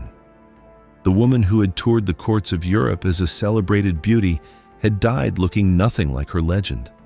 Philip II of Spain had been building his response for years. The execution of Mary, the English privateers raiding his Atlantic shipping lanes, the support Elizabeth had given to Protestant rebels in the Netherlands, each of these was, in his reckoning, an act of war.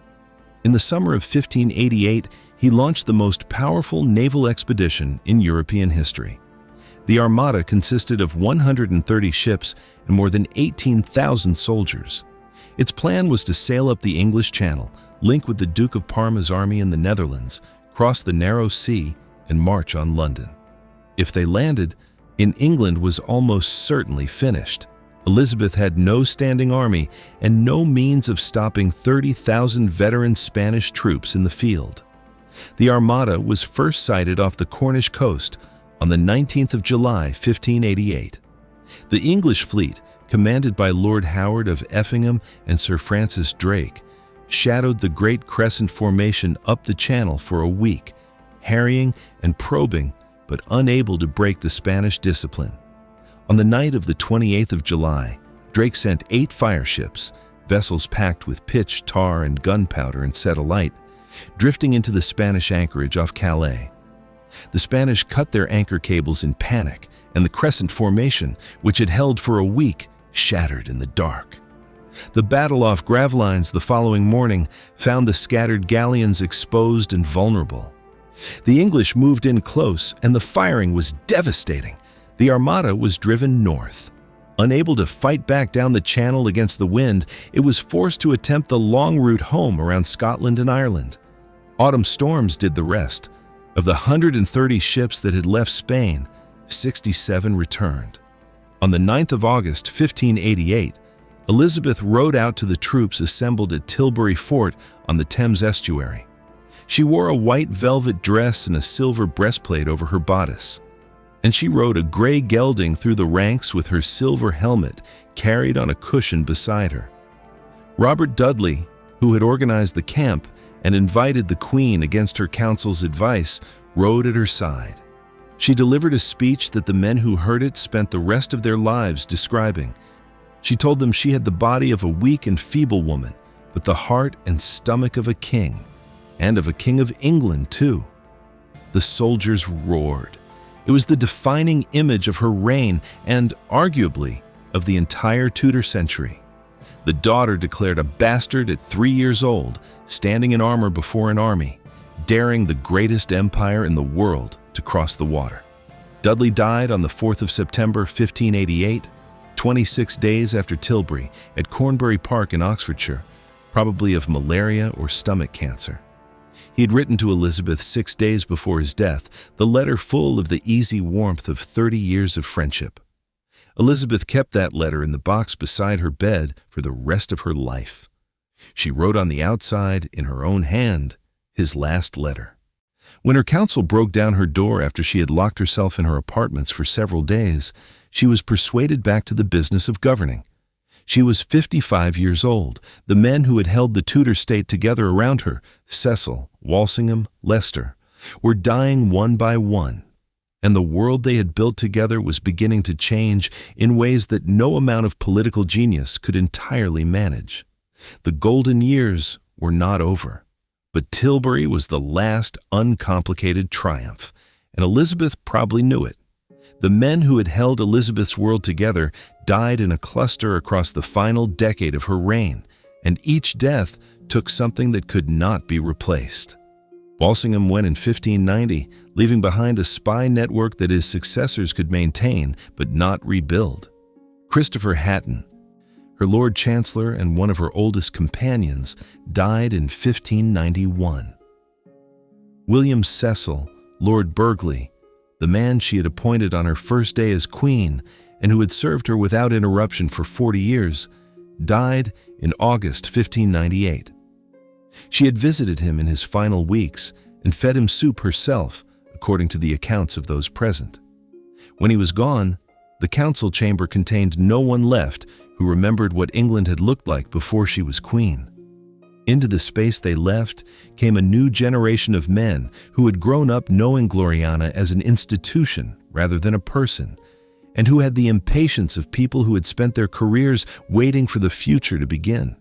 The most prominent of them was Robert Devereux, Earl of Essex, the stepson of her dead Dudley, which was how he first entered her orbit, use in which she probably never entirely separated from her feeling for him. He was charming, reckless, and constitutionally incapable of accepting any authority he found inconvenient. Elizabeth indulged him in ways that her council found alarming, and that her own judgment in cooler moments probably recognized as dangerous. In 1599, she sent Essex to Ireland as Lord Lieutenant, charged with suppressing the rebellion of Hugh O'Neill, Earl of Tyrone, at the head of the largest army England had sent abroad in years. He wasted his forces on minor engagements, made a truce with Tyrone without authorization, and abandoned his post entirely in September 1599, riding back to England and arriving at Nonsuch Palace before dawn. He pushed past the guards and walked uninvited through the sequence of rooms leading to the Queen's private chamber, entering unannounced before her ladies had attended her. Elizabeth was without her wig, without her makeup, without the constructed surface of Gloriana. He saw the Queen as she was, the white hair, the lined face, the woman beneath the performance, and neither of them forgot it. She received him that morning with apparent warmth, which gave him permission to misread the situation entirely. By afternoon, she had placed him under house arrest. The inquiry that followed stripped him of his offices and his income, including the highly profitable farm of sweet wines whose revenue had financed his household and his ambitions. By the autumn of 1600, Essex was in debt, out of favor, and surrounded by men who convinced him that the only road back was through force. On the morning of the 8th of February, 1601, he rode into London with approximately 200 followers, expecting the city to rise behind him. The city did not rise. Londoners watched from behind shuttered windows and closed doors as the procession passed through, and the silence was more devastating than any opposition could have been. Essex surrendered that evening. He was tried for treason in Westminster Hall on the 19th of February and convicted. Elizabeth signed his death warrant. He was beheaded inside the Tower of London on the 25th of February, 1601, privately, away from the crowds. A mercy of sorts, or perhaps a recognition that a public execution of the man the city had once idolized might produce exactly the kind of sympathy the government was trying to prevent. Elizabeth reportedly wept for him afterward and beat her chest with her fist when his name was mentioned. She had sent him to his death, and she grieved him, and there was nothing contradictory in either of those things. The Tudor court had always demanded both. The ceruse that had preserved the Gloriana image for decades was made from white lead and vinegar, applied thickly to cover the smallpox scars that Elizabeth had carried since her illness in 1562. Over 40 years of daily application, the lead had worked its way through her skin with the patient indifference of poison. Her hair had thinned and then largely gone, hidden under wigs of increasing elaboration. Her teeth had decayed through a combination of the lead, the mercury, and other cosmetics she used, and a lifelong appetite for sugar. She stuffed rags into her cheeks in her later years to fill out the hollows. What the court saw in the final years was a performance of extraordinary technical discipline, the gap between the image and the woman beneath it growing wider every season. The coronation ring she had placed on her finger in November 1558, the symbol she had described as her marriage to England, had grown so deeply into her flesh by the winter of 1602 that it had to be filed away. Her fingers were too swollen to permit its removal by any gentler means. When the ring came off, something shifted in Elizabeth that those around her could observe without being able to name precisely. She stopped eating. She sat on cushions placed on the floor of her chamber rather than in chairs, and she would not be moved to her bed. Her ladies told her she must go to bed, She told them the word was not to be used to princes. She sat on the cushions and stared at a fixed point on the wall across the room for hours at a time. When Thomas Egerton, the Lord Keeper, came to visit her in February 1603 and urged her to take better care of herself for the sake of her kingdom, she told him that she had been obliged to live in the world to gratify other people, but was now fully determined to be done with it. Archbishop Whitgift, the churchman she called her little black husband for the black vestments he always wore, sat with her through the long, sleepless nights and held her hand and prayed with her. She could no longer speak by the 23rd of March. When Whitgift asked her to give him a sign if she was at peace with God, she raised her hand. She died in the early hours of the 24th of March, 1603 at Richmond Palace, quietly, without announcement, each of her ladies keeping vigil in the room around her. Within hours of her death, Robert Cecil had a messenger on horseback riding north toward Edinburgh. The rider's name was Robert Carey, and he changed horses at every post, riding day and night through cold spring rain, covering close to 400 miles in less than 60 hours. Arriving at Holyrood Palace in Edinburgh, bruised and bloodied from a fall along the road. He was brought before James VI of Scotland, knelt, and told him that the Queen was dead. James already knew, in the way that well-prepared men know things they have been quietly arranging for 2 years. He did not weep. He received the news with the composed relief of a man for whom it resolved a very long uncertainty, and began, immediately, to prepare for his journey south. The Tudor dynasty was over. England's new king was the son of the woman Elizabeth had executed. The Tudor dynasty died with Elizabeth on the morning of the 24th of March, 1603, and the line of succession that had been built, strained, broken, and rebuilt across 118 years collapsed into a single irony. The crown passed not through the male heirs Henry VIII had spent his reign producing, but through his elder sister, Margaret, a woman he had largely ignored, whose Scottish marriage he had approved primarily as a diplomatic convenience, and whose descendants he had explicitly ranked below those of his younger sister Mary in the succession arrangements of his will. History corrected him. Margaret's line held. His will did not. James VI of Scotland was the great-grandson of Margaret Tudor and Henry VII. He was also the son of Mary, Queen of Scots. The woman Elizabeth had kept prisoner for 19 years and then executed in 1587. That he should inherit the throne of the woman who had ordered his mother's death was a coincidence of succession logic so complete that it required no embellishment. Elizabeth had refused to name him explicitly as her successor throughout her reign, partly from the superstition that naming her heir was the same as contemplating her own death, and partly because she understood that a named successor immediately became a focal point for every faction that was dissatisfied with the present. She waited until she could no longer speak, and then indicated her choice with a gesture of her hand. Robert Cecil, and Elizabeth's chief minister in her final years, and the son of William Cecil, who had served her from the beginning, had already been corresponding with James in secret for 2 years before the Queen died. He had secured James's position, smoothed his path, and arranged the transfer of power with the meticulous care that distinguished the Cecil family's approach to government across 2 generations. When Carey arrived in Edinburgh with the news, the political machinery was already running. James would not be caught unprepared the way Henry Tudor had been caught at Bosworth, arriving at a broken country and improvising governance from a crown found in a thorn bush. He arrived at a functioning state, handed to him in good order by the minister of the woman he was replacing. The English greeted James with an enthusiasm that had as much to do with relief as with genuine feeling. Elizabeth's final years had been a long, difficult twilight.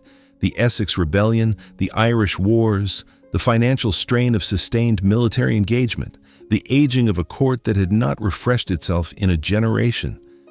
James was 40 years old, had governed Scotland for decades, had a wife and children, and represented the straightforward solution to the succession question that had haunted English political life since the 1560s. The crowds that lined the roads as he rode south from Edinburgh in April 1603 were not cheering for Scotland or for the Stuarts. They were cheering for the future and the relief of having one. Yet the 5 Tudor monarchs had between them produced exactly 2 legitimate children who survived long enough to inherit the throne, Edward and Mary, and one, Elizabeth, who was restored to the succession after being declared illegitimate. Edward died without marrying. Mary married and produced no children. Elizabeth never married at all, and the dynasty she embodied so completely ended as Henry VII's had begun in the absence of a straightforward biological heir. The male line that Henry VIII had destroyed so much to secure had lasted 1 generation. Arthur died before he could rule. Henry VIII's son Edward died at 15. The dynasty's longevity, its permanence in English memory, is its transformation of England into a Protestant nation-state. All of it was achieved by the 3 children Henry had been most ambivalent about, the daughters he declared bastards and the son who died before he could grow up. The dissolution of the monasteries had redistributed land and wealth so thoroughly that reversing it was politically impossible. Mary had tried and managed only gestures. The English Bible, mandated in every parish church, had given the population a relationship with Scripture that no subsequent government could revoke. The Royal Navy that Elizabeth had used to defeat the Armada grew over the following century into the instrument of a global empire. The Church of England, created in crisis and sustained through contradiction and violence, now had become an institution so deeply embedded in English institutional life that it still exists. All of these were the consequences of decisions made under pressure, often for personal rather than strategic reasons, by people who could not have anticipated where they would lead. The Tudors did not plan their legacy. They survived into it. The dynasty had run on women more than its founding mythology acknowledged.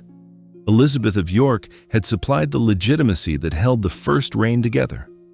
Catherine of Aragon's refusal had produced the break with Rome. Anne Boleyn's influence had shaped the theology and the personnel of the Church of England. Jane Seymour had delivered the heir whose existence prevented the dynasty from collapsing in the 1540s.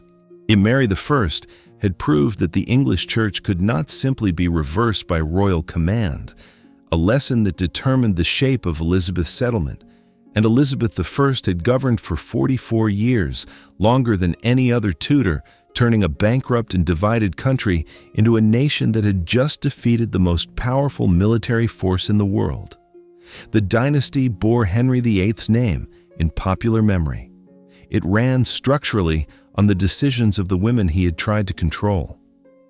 James I proved immediately that he had inherited the Tudor throne, but not the Tudor genius for political theater. Within months of his arrival, he had managed to alienate Parliament, offend the Puritans, and confuse the Catholics, who had hoped his mother's faith might translate into tolerance, and found instead a king who despised them with theological consistency. He believed in the divine right of kings with a fervor that the Tudors had always been too pragmatic to indulge in public. Elizabeth had governed through suggestion, ambiguity, and the sustained performance of Gloriana. James governed through assertion, and England, which had spent 44 years watching a queen navigate the impossible, found the comparison unflattering almost immediately. The civil war that ended with a king's head on a scaffold came 46 years after Elizabeth died.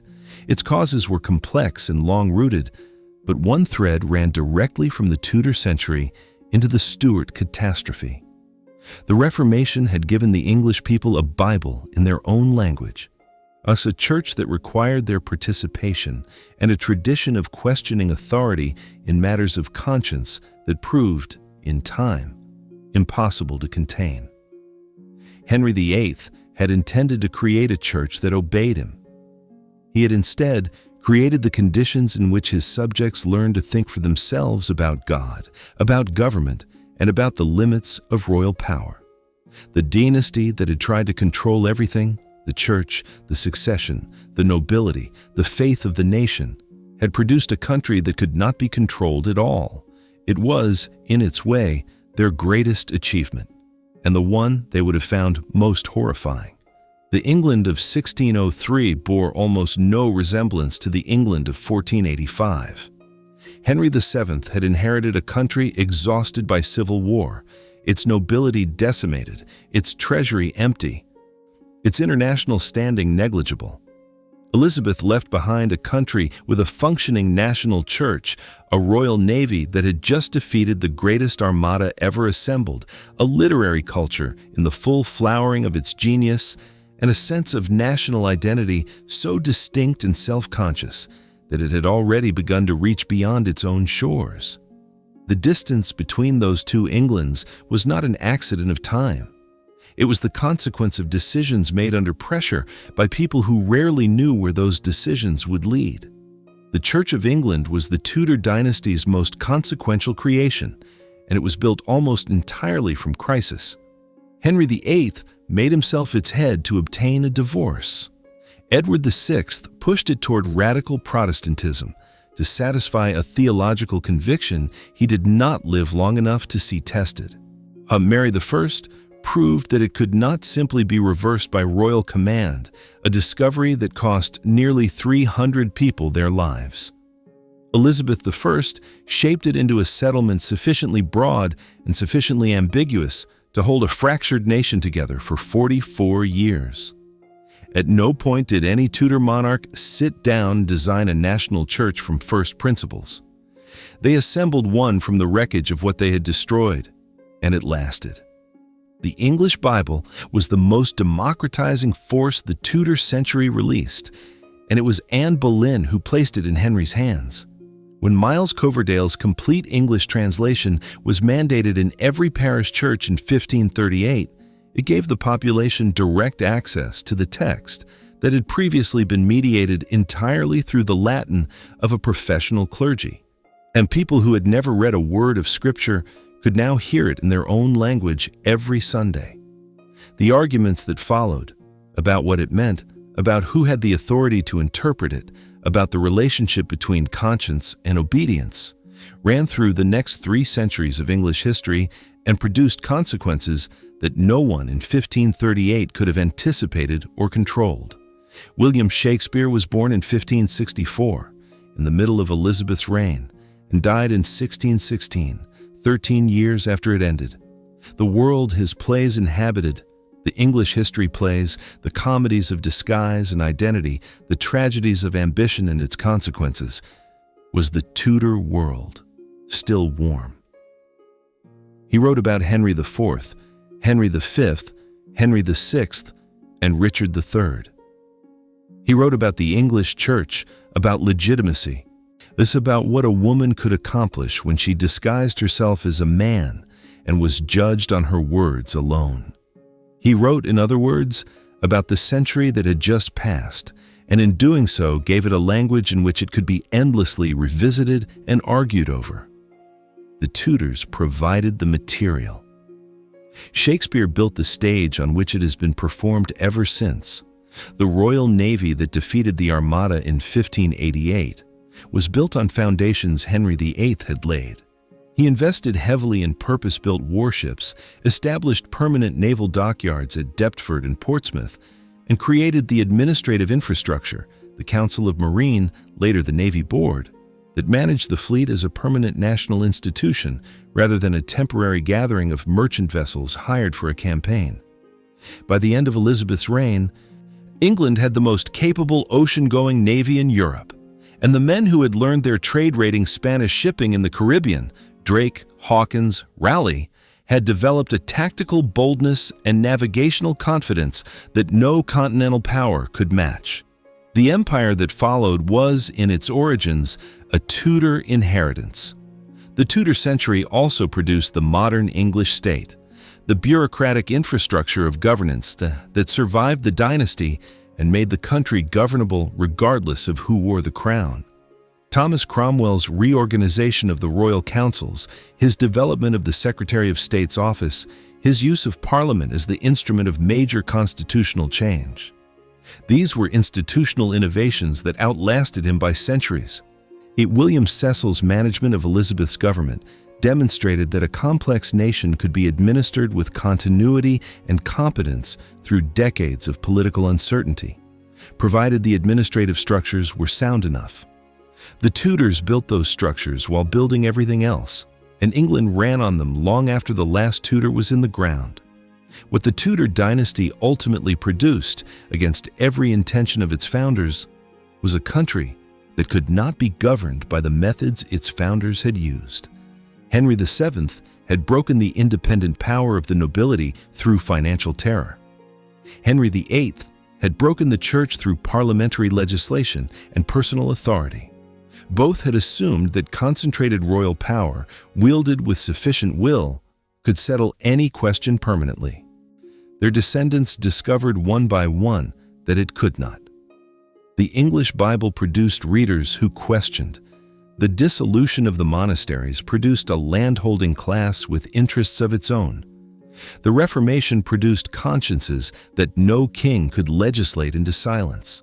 The dynasty had set out to control England, and instead it had made England ungovernable by control alone, which is to say, it had made England modern. That was not what they planned, it was what they did.